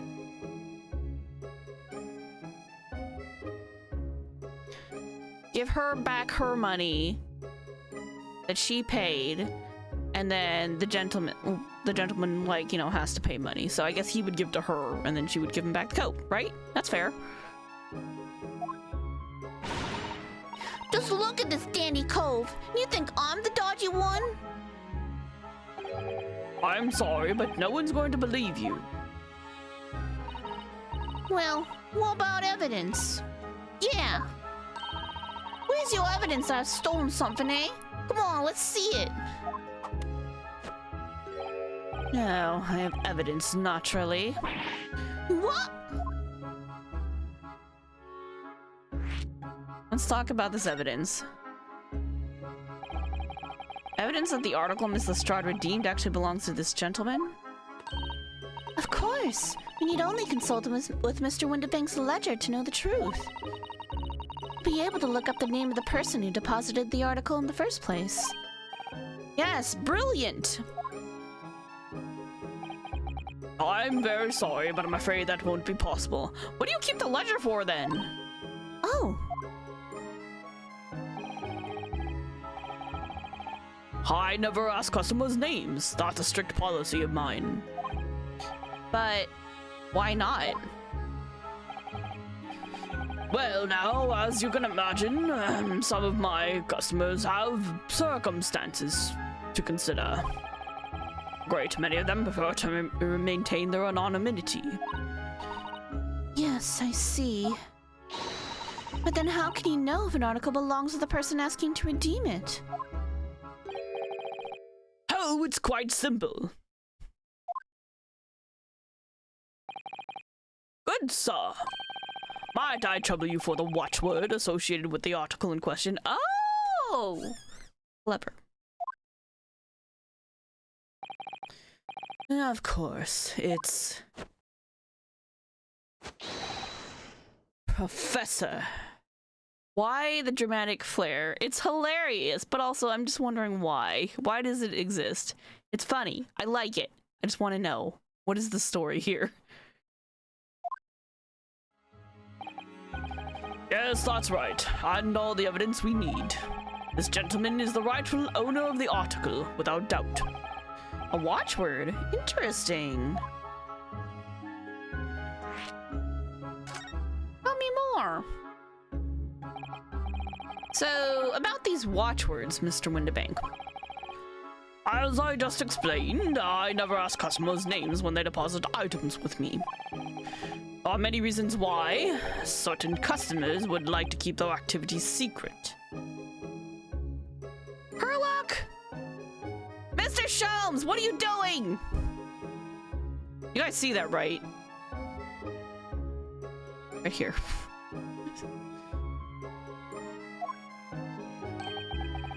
That wasn't exactly a subtle glance at Mr. Sholmes now, was it?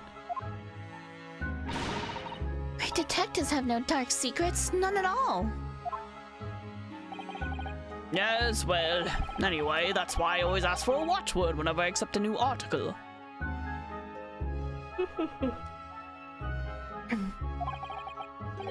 Anyways, it's like the secret combination of numbers used to unlock a vault. The date of the deposit, a description, and a watchword uniquely identify each item.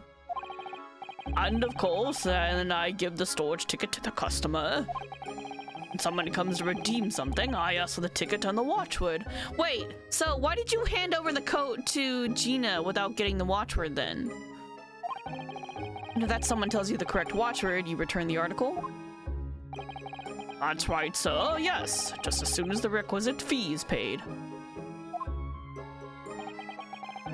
And I supplied you with the information you require already, but for the avoidance of doubt, the article in question is an overcoat, deposited 2 months ago on 15th February.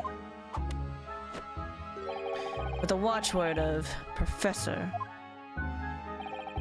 All perfectly correct information, sir. So why did you give the code to Gina? But how? Really, this is beyond a joke now. There is no further room for doubt.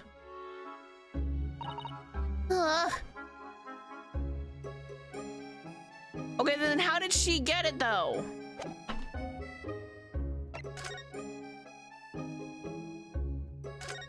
And talk to you. Ooh, picture postcard gentleman. Let's talk to you. Excuse me, but who are you? One would expect the Inquirer to introduce himself first. Now, clearly you're not British. Perhaps our ways are foreign to you. Oh, sorry. Yes, we're from the Empire of Japan. We're studying here. Oh, yes, Japan. I've heard talk of the place. Bro, what the fuck? Did you guys see that? Those are some dance moves right there. Its inhabitants live on some fiery brown-colored soup dressed up with exotic spices. You might be thinking of somewhere else. And what was that theatrical gesticulation about? It's not just me! Thank you, Ryunosuke. Perhaps. Anyway, if you are a gentleman, sir, you offer your own name first before inquiring after the name of another. Of course, yes. I'm Ryunosuke Naruhodo. I'm a lawyer. Well, a student of law, really. My name is Susato Mikotoba. I'm Mr. Naruhodo's assistant. I see. My name is Benedict. Yes, Egbert Benedict.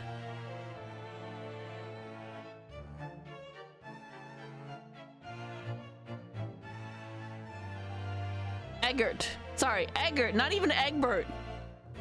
Eggert.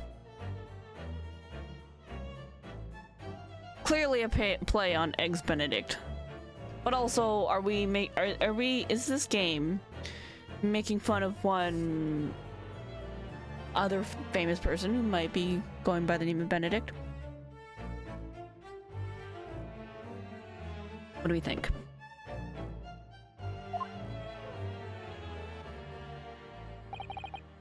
Enchanté. I learned that word from Boyfriend Dungeon. He's so refined in how he holds himself and how he speaks, but that name is suspicious. Now, to the matter at hand. My overcoat. Return it at once to someone with the style to carry it off. Every move he makes, every breath he takes, can't stand watching him. That one hurt. That was funny, but that hurt. Yep. Capcom, you trolling. So, let that be the end to the matter. And thank you for your custom, Mr. Eggert. Benedict, sir. Such a reasonable rate of interest, I may even decide to come back. This is why I hate grown-ups. Just cause of my dialogue, everyone thinks that makes me a liar. The contents of the coat pockets, if you please, broker. But of course, sir, here's the disc for you.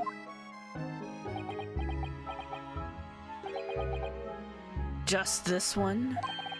Pardon, sir? I was expecting another, that is, and deposited another. Another disc? Oh, no dear. I regret to inform you, sir, that what was deposited with me was merely the overcoat. This happened to be in one of the pockets, but I was completely unaware of it until now. So, Gutterling, hiding more of what's rightfully mine, are you? Says who, eh? I don't know nothing about it. Very well. I shall bid you farewell. Say goodbye to style. Wait a minute, that disc is mine. What do you think you're doing, you little tramp? You've drawn blood, you filthy animal. Oh my, yes. There's blood on the disc. Because of all those sharp little bumps. That man must have scratched his finger on them. I found it first, alright? I mean, it belonged to me old man. So you're not having it. Oi, you take it. Me? Why are you dragging me into this? I didn't do anything. Buying onto it, they'll have it off me again, so you keep hold of it. Miss Lestrade, why is this disc so important to her? A metal disc used to play music in a mechanical music box. The piece of music, which remains unidentified, is stored on the disc by means of small protrusions. You there, in the black livery. Hand that disc to me at once, please. No, don't! He's lying! Grown-ups are all liars! What do I do now? How am I gonna resolve this? Can we just play the disc on the machine back there? Just saying. Let's go talk to... What are you doing? Friend? What are you doing? Mr. Sholmes? What are you examining with such keen interest there? As you enjoy a bar of caramel, I see.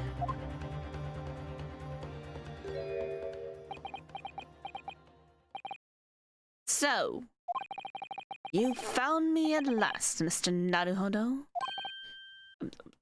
Sorry? After that young pickpocket sent me on my way, I was forced to lurk in the shadows. Cruelly ostracized as the rest of you partook in the jovial atmosphere of fellowship. Were you jealous?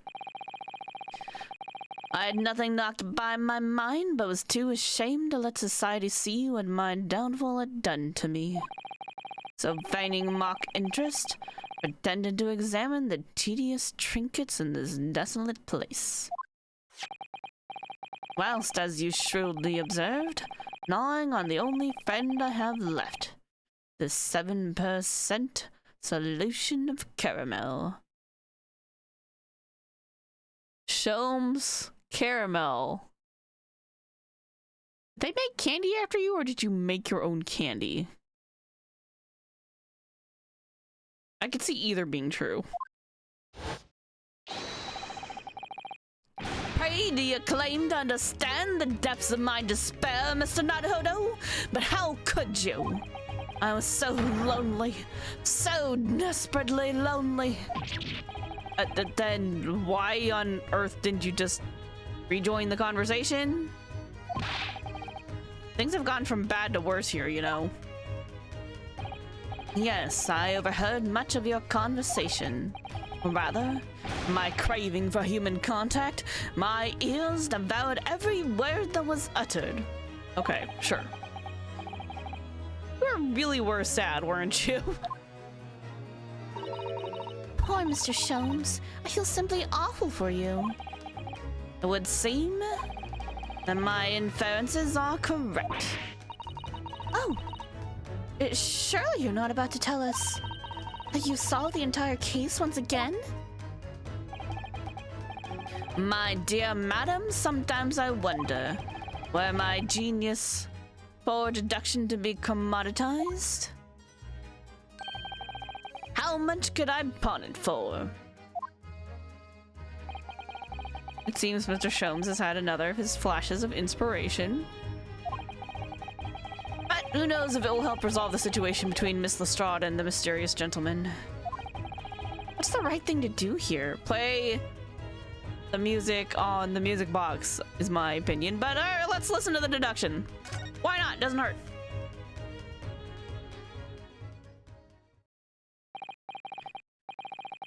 Well, Miss Lestrade, it would appear you find yourself in something of a predicament.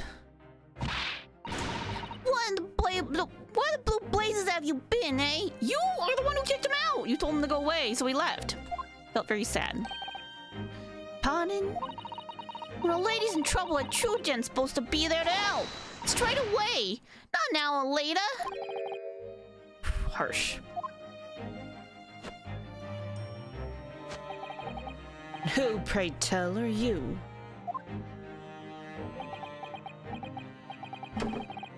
Mr. Eggert Benedict? You have, in my eyes, a veritably encyclopedic array of curiosities about your person. Nevertheless, there are two immovable conclusions I have drawn. I beg your pardon? First is this. The true reason for your visit to this pawnbrokery today is something you have not yet revealed. What if he's another pickpocket and he just saw her do her work and was like, hey, want in on this? And the second is this. Considerable crime is in contemplation. One you will orchestrate with intent to steal a vast sum of money. Well, Mr. Benedict, what say you to my deductions? How? He's turned as white as a hard-boiled egg! It would seem that once again, Mr. Sholmes has made a flawless deduction. Who do you think you are, sir? Ah, yes, as I hoped. That is precisely the pained expression I was looking for.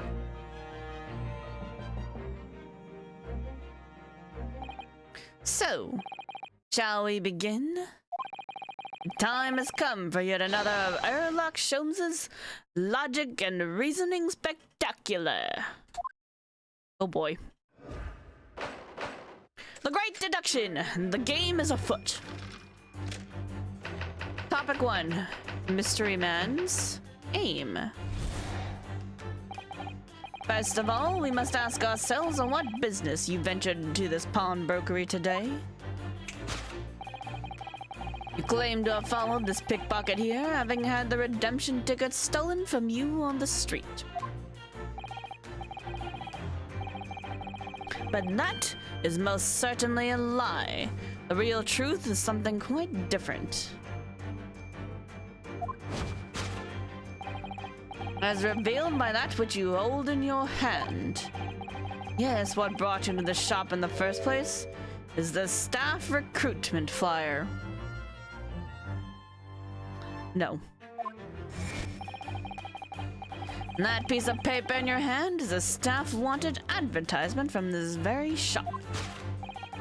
Yet even the most unobservant would soon realize that a man of your appearance has no need of such employ. In other words, there is some ulterior motive for your actions. Look at that AG. Did he say his name was Eggert Benedict?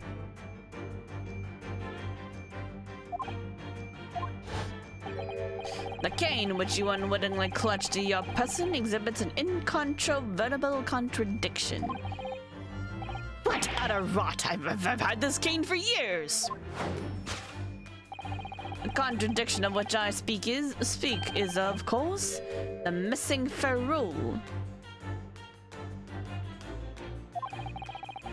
The end of any walking cane would be terminated with a metal ferrule to protect the wooden tip. And yet, detailed analysis shows the wooden tip of this stick to be utterly bare. Therefore, there is only one conclusion. The rod that you hold in your hand, which appears to be a walking cane, is in fact no cane at all.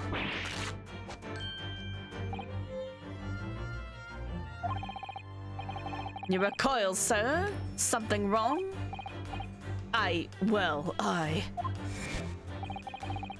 And in your recoiling, you inadvertently facilitate the answer of the next conundrum to present itself.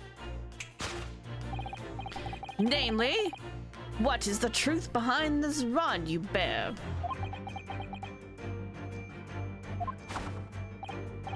Yes, your reaction betrays the truth.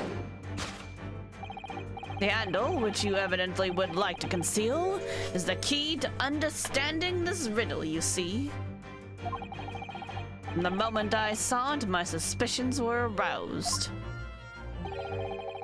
What walking cane demands such a stout handle, mused I. But of course, as I said, this is no walking cane. No, that rod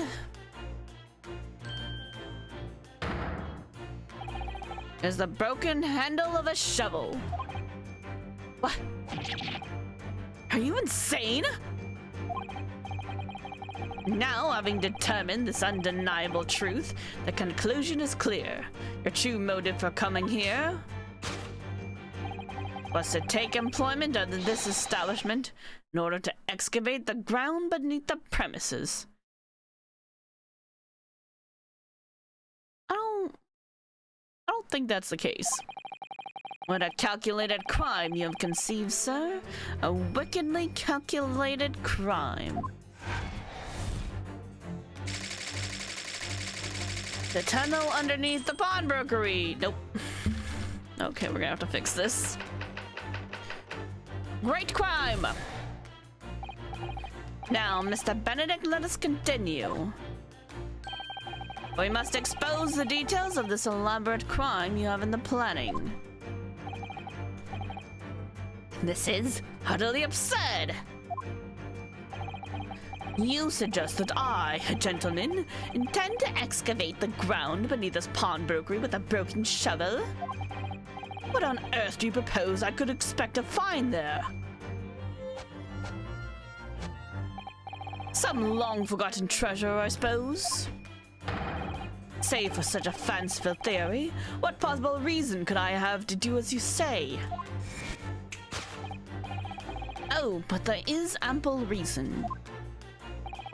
As you are only too well aware, Mr. Benedict. Ah, and your furtive glance is more telling than I could have hoped. What? Let us consider what would motivate a man to infiltrate a shop such as this and covertly dig beneath its floor.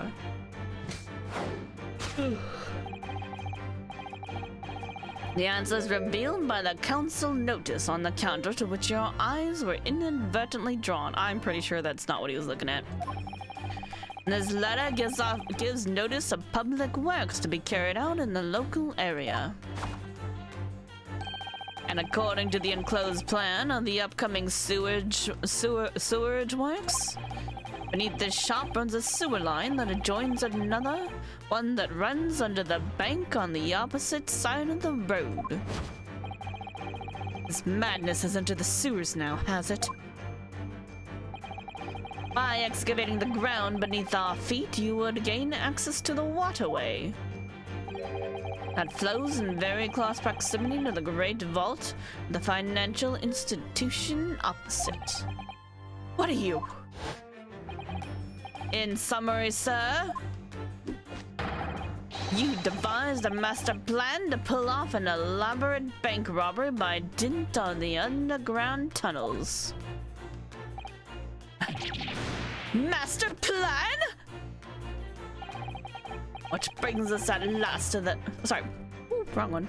Which brings us at last to the final chapter of this lurid scheme. With what blunder did the thief hope to make off from the underground vault of the bank? I mean, money. Are you quite serious? Having consulted with Scotland Yard some days ago, I happen to know the answer. And naturally, the answer is no secret to you, is it, Mr. Benedict? I have no idea what you're talking about. Allow me to present a rather interesting piece of evidence.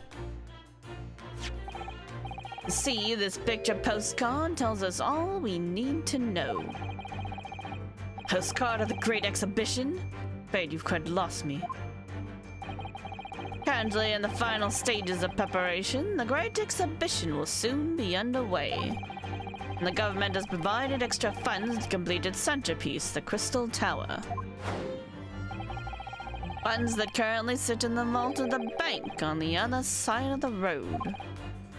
Pardon? Yes, the considerable crime you have been contemplating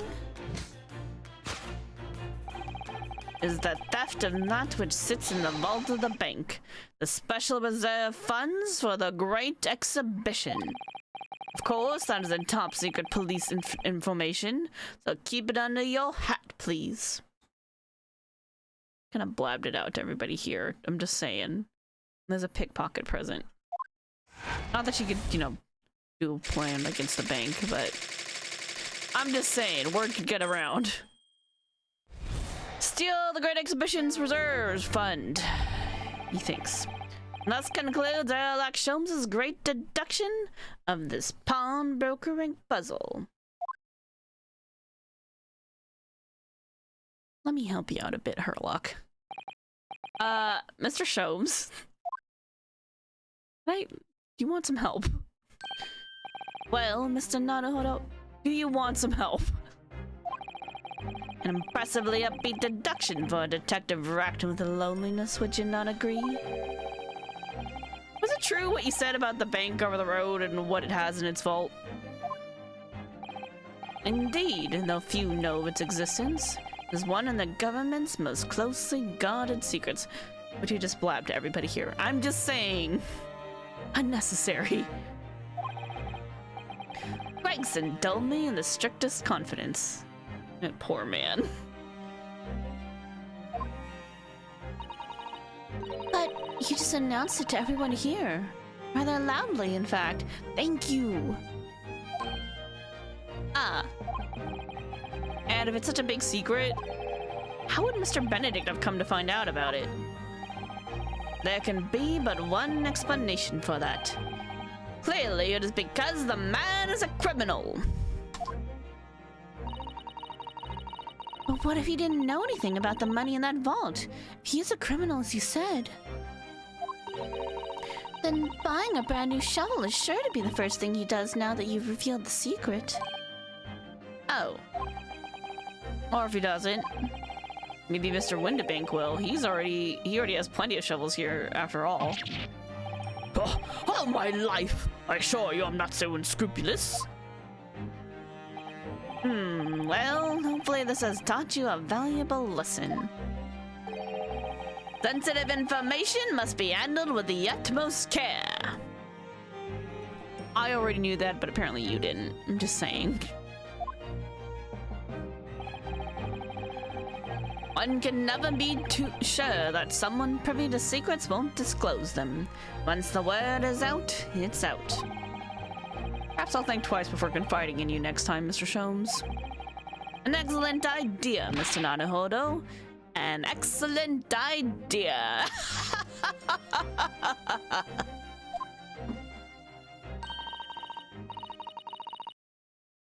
Right, well then, Mr. Naruhodo, you know what to do, I'm sure. Yeah, fix it. Yeah, alright, let's listen to that great deduction again and see if we can massage it into shape. Hold on, I'm pouring tea. Give me a sec. I spilled some, I'm sorry. In my haste, I spilled a little bit. Very well then, let us start once more from the beginning. Erlach Sholmes' magnificent logic and reasoning spectacular. Alright, let's do this. Course correction! Hold it, Mr. Sholmes!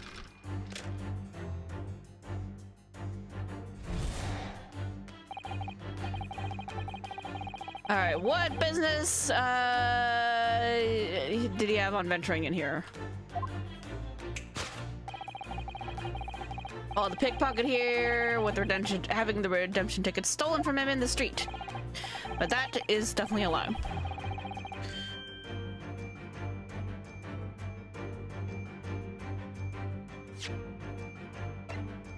Idle disc used to play music in a mechanical music box. The piece of music which remains unidentified. Oh yeah, we already know that. Okay.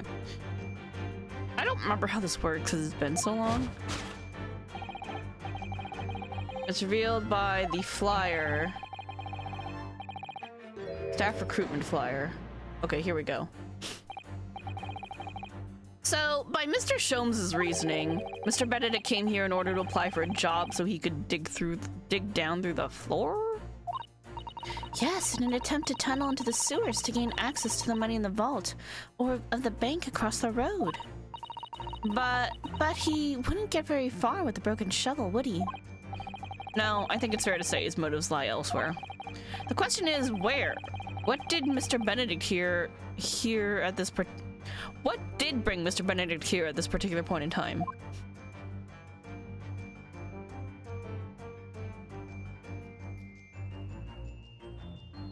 Hey, look at this. That silk top hat is whiter than white. Only an English gentleman could hope to carry off something so bright. It looks so incongruous with the black overcoat, don't you think? Perhaps it's the latest London fashion. I mean, that's just guesswork, of course. How about it, Mr. Naruhodo? I think you'd look very fetching in a white top hat. Well, you know, I think it might look rather incongruous with my black university uniform, so...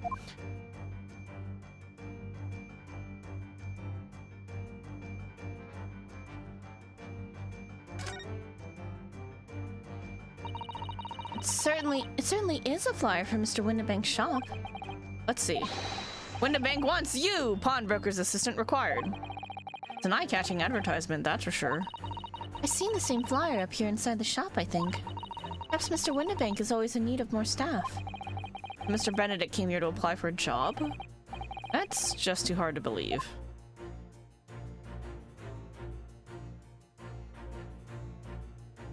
Cane. That's a proper English gentleman's cane, isn't it? Look at the beautifully polished brass on the handle. Yes, but Mr. Sholmes is right. It's not the sort of handle you usually see on a cane. Perhaps it's the latest London fashion? I mean, it's just guesswork, of course. Perhaps you could adopt a cane, Mr. Naruhodo?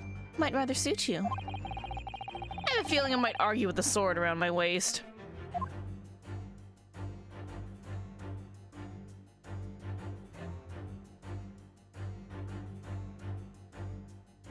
Oh, what is this? Oh. Oh, look at all that scribbled notes on the back of the flyer here. I don't believe it. What is it? Listen to what it says. Name, Gina Lestrade, height 5'2". Green cap, scruffy waistcoat, grubby white shirt, blue satchel, ragged. It's a detailed description of Miss Lestrade. Goodness. There's even a sketch of her, hat and all. Although if he showed it to her, she'd fire that smoke grenade launcher in his face for sure. And look, the details of the shop have been written down here too. Windibank's Pawnbrokery, Baker Street. Redemption deadline, 15th of April. Which is today's date. Why would Mr. Benedict have all that information scrawled on the back of that piece of paper?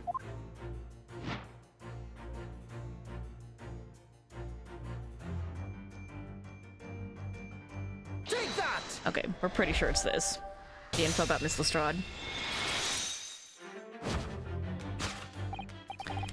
Yes, what brought you to the shop in the first place is the info about Miss Lestrade. Quite so, my dear fellow. It would appear that the writing and sketch on the reverse of the flyer pertain to the pickpocket Miss Lestrade and to Mr. Windibank's pawnbrokery here. Ah! You originally told us that you had merely given chase after Miss Lestrade stole the redemption ticket from you. And that says a thinly veiled lie. It is the information on the back of the flyer that led you here today, by which I mean here to Windibank's Pawnbrokery, and today the redemption deadline of that overcoat. So you waited outside for the young girl matching the description you have written down to arrive. And you have gone to some lengths to hide the reason for your pursuit of Miss Lestrade. In other words, there is some ulterior motive for your actions.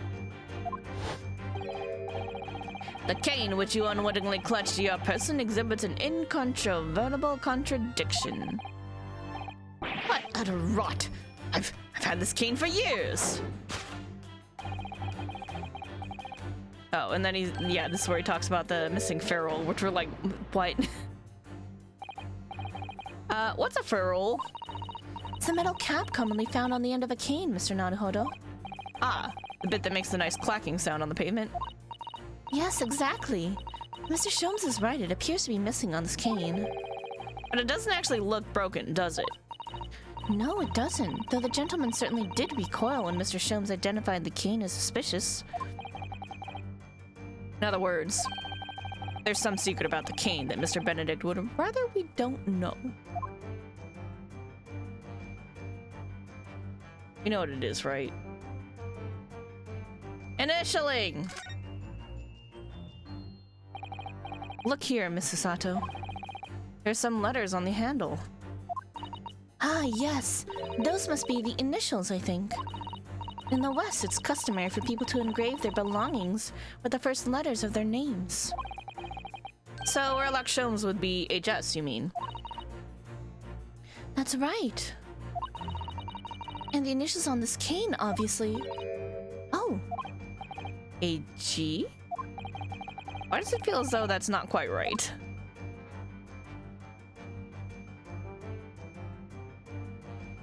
Take that! God, that's such a satisfying sound. The contradiction of which I speak is, of course, initialing. Most astute observation, wouldn't you say, Mr. Eggert Benedict? We are led to believe, sir, that your initials are E.B. Yet in the most possessive manner, you have in your grasp a cane bearing the initials A.G. Incontrovertible contradiction indeed, would you not agree? No, you're wrong. You're wrong. This cane isn't... You said before that you had that cane for years. So don't try to tell us that you just borrowed it from a friend or found it in the park. In short, though you hold yourself to be a gentleman, you have withheld your true name. Something ripped. You recoil, sir. Is something wrong? Aye, well, aye. And in your recoiling, you inadvertently facilitate. Oh, yeah. This is the same text. What is the truth behind the rod?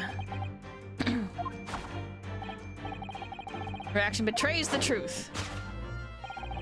Handle. It's the key to understanding the riddle, or is it? Let's consider the bare bones of what's happened here. Miss Lestrade redeemed that fine-looking overcoat, and now a mysterious man has appeared, introducing himself with a fake name and claiming that the overcoat belonged to him. We know that he actually identified Miss Lestrade from a written description, which suggests that everything else he told us is untrue. So what we need to do here is somehow prove that the overcoat cannot possibly belong to him. Did it rip? Up, it ripped. Split seam. Oh, the seam on the shoulder there is coming apart. Look. So it is. You know. Do you know, a moment ago when Mr. Benedict was surprised by something that was said, I thought I heard him make a rather strange noise. It sounded a bit like a tiny growl. No, that's the sound of seams ripping. But now I think it was probably the sound of the seam ripping open. If you look closely at it, it does seem to be a very tight fit. The sleeves are stretched to bursting, and he wouldn't have a hope of fastening it at the front. If he were to run around in it, I'm sure the whole thing would fall apart. That I'd like to see. Sorry? So how can we make Mr. Benedict run around? Susato-san, what? She's really giving this some thought. Take that!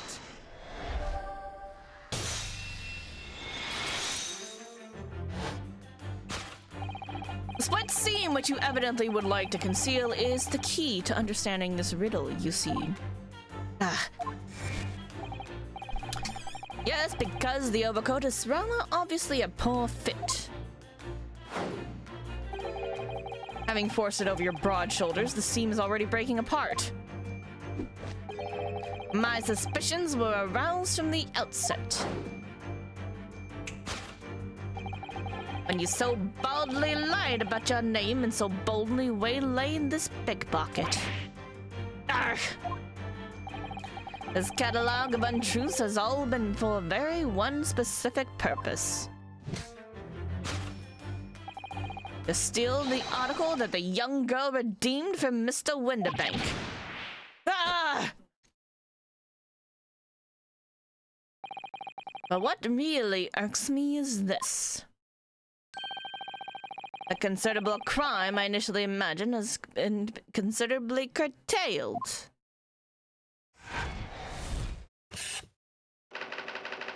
To abscond with a redeemed item.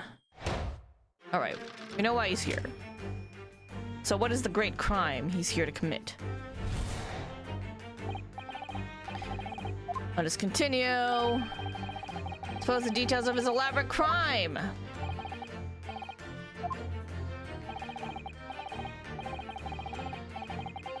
Oh, okay. Well, this is different. All right. You suggest that I, a gentleman, designed a wheeze to filch some tawdry article of a pawnage? Have you forgotten that I redeemed the article in the proper manner using the watchword?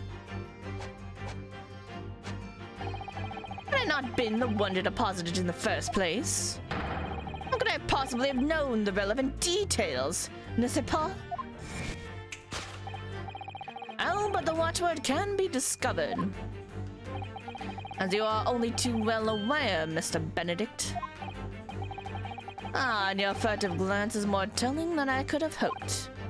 What? Let us consider how one might come to learn a secret watchword relating to the pawn property of another. The ledger. Method is revealed by the council notice. Nope, that ain't it. Direction of the deduction must change rather dramatically now, I think. Yes, no more talk of tunneling into the sewers. Which is a pity because it all sounded rather exciting. Anyway, you can't deny that this mysterious gentleman did know the watchword. Yes, Professor. He didn't know that word. Mr. Winterbank would never allow you to redeem the article. Okay, so, in fairness, we have to, realize that why would he release it to Gina if she didn't also know the watchword? I'm just saying, that's weird. Unless he didn't, ask her for it, which is sus as hell. Or looking at it another way, if you did know that word, Mr. Winterbank would allow you to redeem the article, whether it was yours or not. So the question is, could this gentleman have found the watchword out somehow?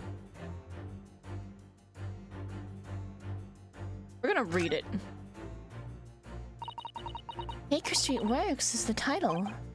Yes, and it does mention sewerage work, as Mr. Sholmes said. Oh! And specifically mentions that tonight's sale at the confectionery shop on the corner won't be affected. Nice. Case solving first, confectionery later, Mr. Naruhodo. I like sweets, okay? I have a sweet tooth. Ugh. Curse my overly expressive face. Old lamp! This looks to be quite an old lamp. It's obviously been well looked after, and there's oil in it too. In other words, it's still in use. Yes, it would appear so. But as for how it could be related to Mr. Benedict knowing the watchword for the pawned article, I have no idea. It's not. That makes two of us. It's not related. I just wanted to look at it. Pawnbroker's revolver. This is Mr. Winterbank's gun. Yes, loaded with only one bullet, he said. It would appear that being a pawnbroker is a very life-or-death profession. That might just be this particular establishment. Notelet. Look at this, Mrs. Sato. Ah, it appears to be a memo that Mr. Winterbank has scribbled to himself. Let's see. What does it say? Oh, Professor.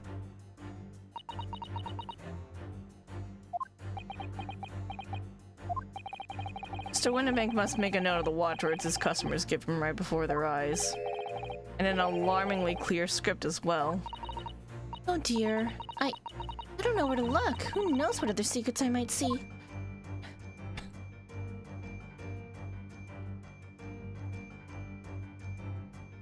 So it's that notelet, right? Oh, what if I wanted to look at the dog? I'm just saying. Okay, it's the notelet. All right. Take that!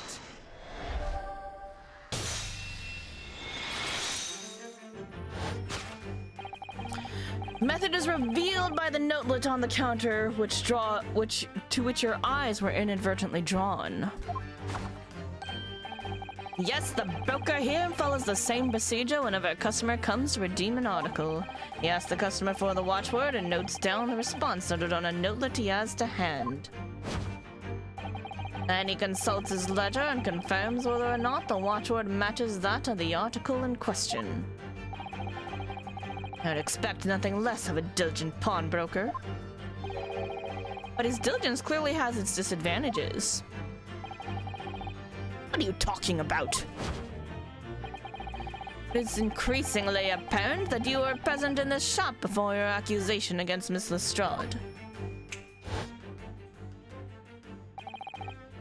In all likelihood, you followed her inside and then observed her talking to Mr. Windibank. The diligent broker made a note of the watchword, as is his common practice. You observed him writing the word professor on the notelet beside the ledger. And that, sir, was the master plan you devised to steal the pawned article from the young Miss Lestrade. Master plan? Which brings us at last to the final chapter of this lurid scheme. Why would you go to such lengths to redeem that particular article from this pawnbroker? You're quite serious? For an ill-fitting overcoat hardly seems to justify the effort, much less a worthless music box disc. But naturally, you had a very good reason to make them yours, didn't you, Mr. Benedict? Oh shit. Holy shit, that was dangerous. I almost hit the wrong button on OBS. That would have been very bad. I lost track of my mouse. I have no idea what you're talking about. Allow me to present a rather interesting piece of evidence. You see, this picture postcard tells us all we need to know. No, it doesn't, really. The articles we're talking about are the overcoat and the music box disc that was in one of the pockets. Which, according to Mr. Windibank, isn't even worth a penny. Yet this man went to such lengths to steal them. Why? Wonder if perhaps we already have the evidence we need to explain it, Mr. Naruhodo. Could we? Really? I'd better have a thorough look through all the evidence we've collected so far. It's really just the music disc, right? That's all we have. I should look at it, I suppose. Blood. Look at all the little bumps on the disc. They're so tiny. Yes, the protrusions are called pins, and they pluck the teeth of the comb to make notes. Cute. And just on the edge, there's a small amount of blood. Yes, the blood of the mysterious Mr. Eggert Benedict. When Miss Lestrade tried to grab the disc from him, the pin scratched his fingers, it seems. Like when you're grating some daikon radish and accidentally catch your finger. Ah, I don't like that imagery! Ah, that sounds awful. Ouch, just thinking about it hurts. It puts me off eating radish. I hated that. Whoa! This belonged to Mr. McGilded. Oh, this was Mr. McGilded's coat. Oh, this was gonna have to come back to haunt us eventually. There was something up with that case. Oh, there's a little scrap of paper stuck on the reverse side of the disc. Look. For Mr. McGilded. And a scribbled word or two. It looks like somebody's name. For Mr. McGilded? But McGilded? It couldn't be. But it is, Mr. Naruhodo. A name I shall never forget for as long as I live. But why? Why is his name on this? A metal disc used to play music in a mechanical music box. On the reverse side is a note that reads for Mr. McGilded. All right. Take that! Here we go.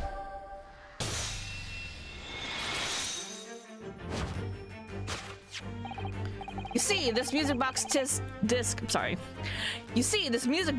tells us all that we need to know. What's that on the back? It reads for Mr. McGilded. Yuck. Ah, Mr. Magnus McGilded.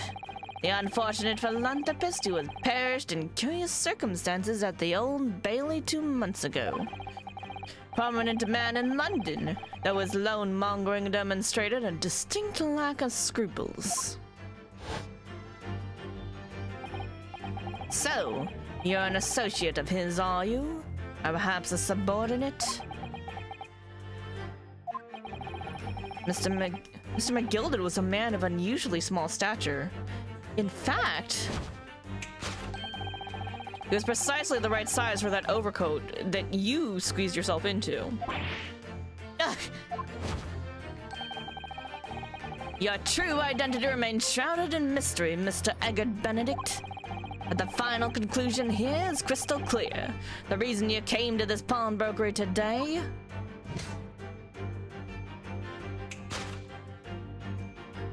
Damn, we're being cool. Was to retrieve an article left behind by the late Magnus McGilded. Ah!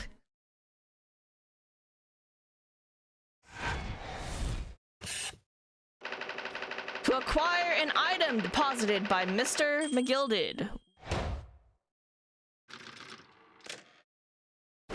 Good job, us. Elementary! We did it!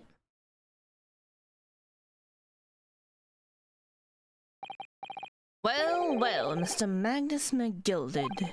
Not a name I expected to hear in these circumstances. I mean, we knew he was gonna come back eventually. His name. Something about his case. Mr. Sholmes, I'm afraid there's something very troubling on my mind. Pray tell, Miss Susato. Well, according to what Mr. Windibank told us earlier, today was the final day on which the coat could have been redeemed, was it not? Yes, ma'am, that is correct. Today would be precisely 2 months since it was first deposited. Well, today is 15th of April, so 2 months ago today. Would have been 15th of February, sir. That's right. It's all carefully recorded in my ledger. Deposited at 10:30 p.m., I see. What? But that suggests...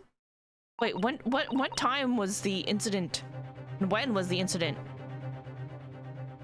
For the court case and everything. Yes, 15th of February. It's precisely the day in which the omnibus murder took place. Holy shit! And 10:30 in the evening. It's precisely the time at which the terrible events were unfolding. Suggestive is not the word. It would seem the matter's entirely beyond coincidence.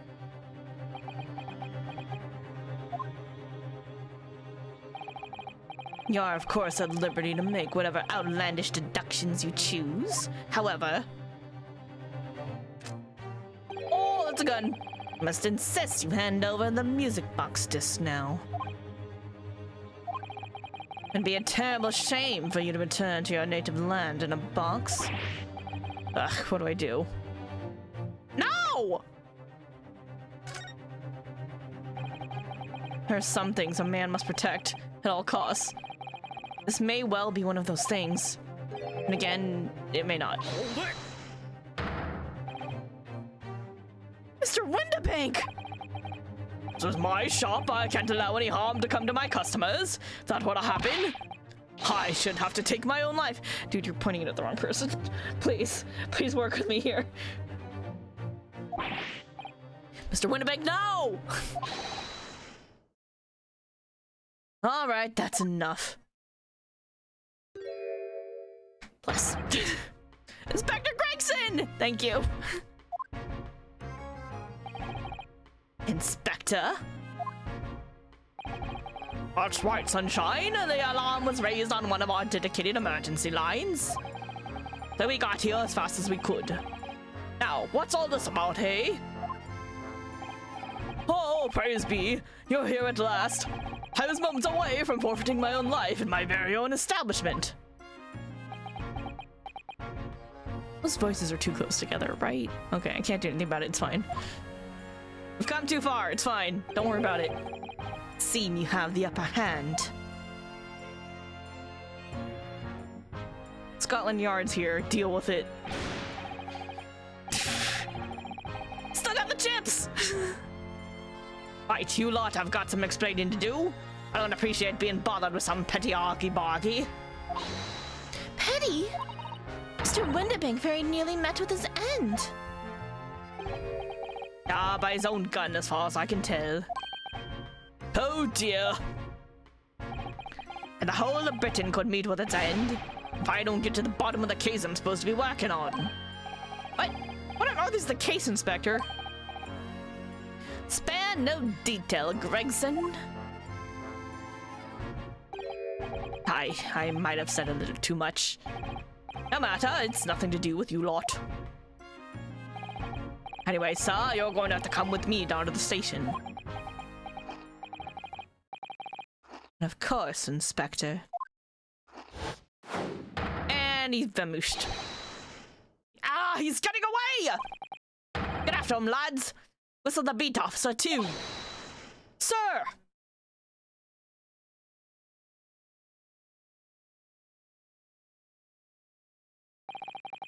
There's been a spate of thefts at pawn shops around here recently.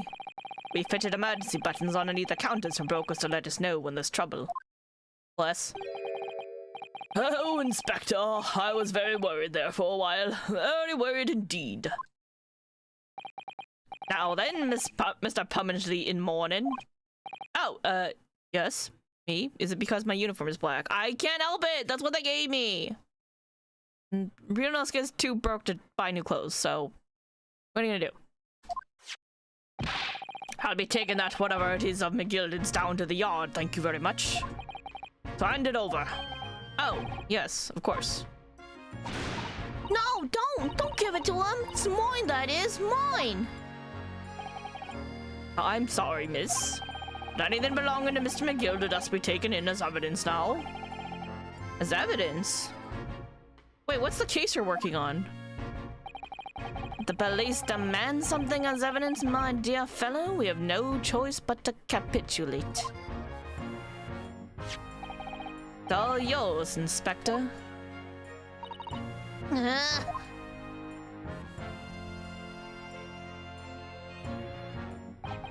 And so, we handed Mr. McGilded's disc over to Inspector Gregson, and were summarily turfed out of the shop and onto the street.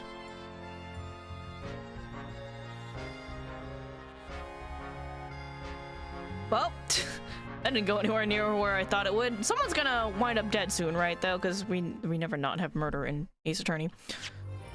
Save? Yes, we shall save. All right. Right, the adventure. Okay, hold on. Hold. There we go. Okay, that is going to do it for us for today. It's been 3 hours. I'm tired. So we're going to call it here. Oops, sorry. Sorry for the scrolling noises. Hold on, I'm working on it. I got you. There we are. Alright, thanks y'all for watching. I hope you guys enjoyed the return of Ace Attorney. Very exciting. We are going to call it here for the evening. We will resume next week, of course. It is our Saturday stream thing for more story time.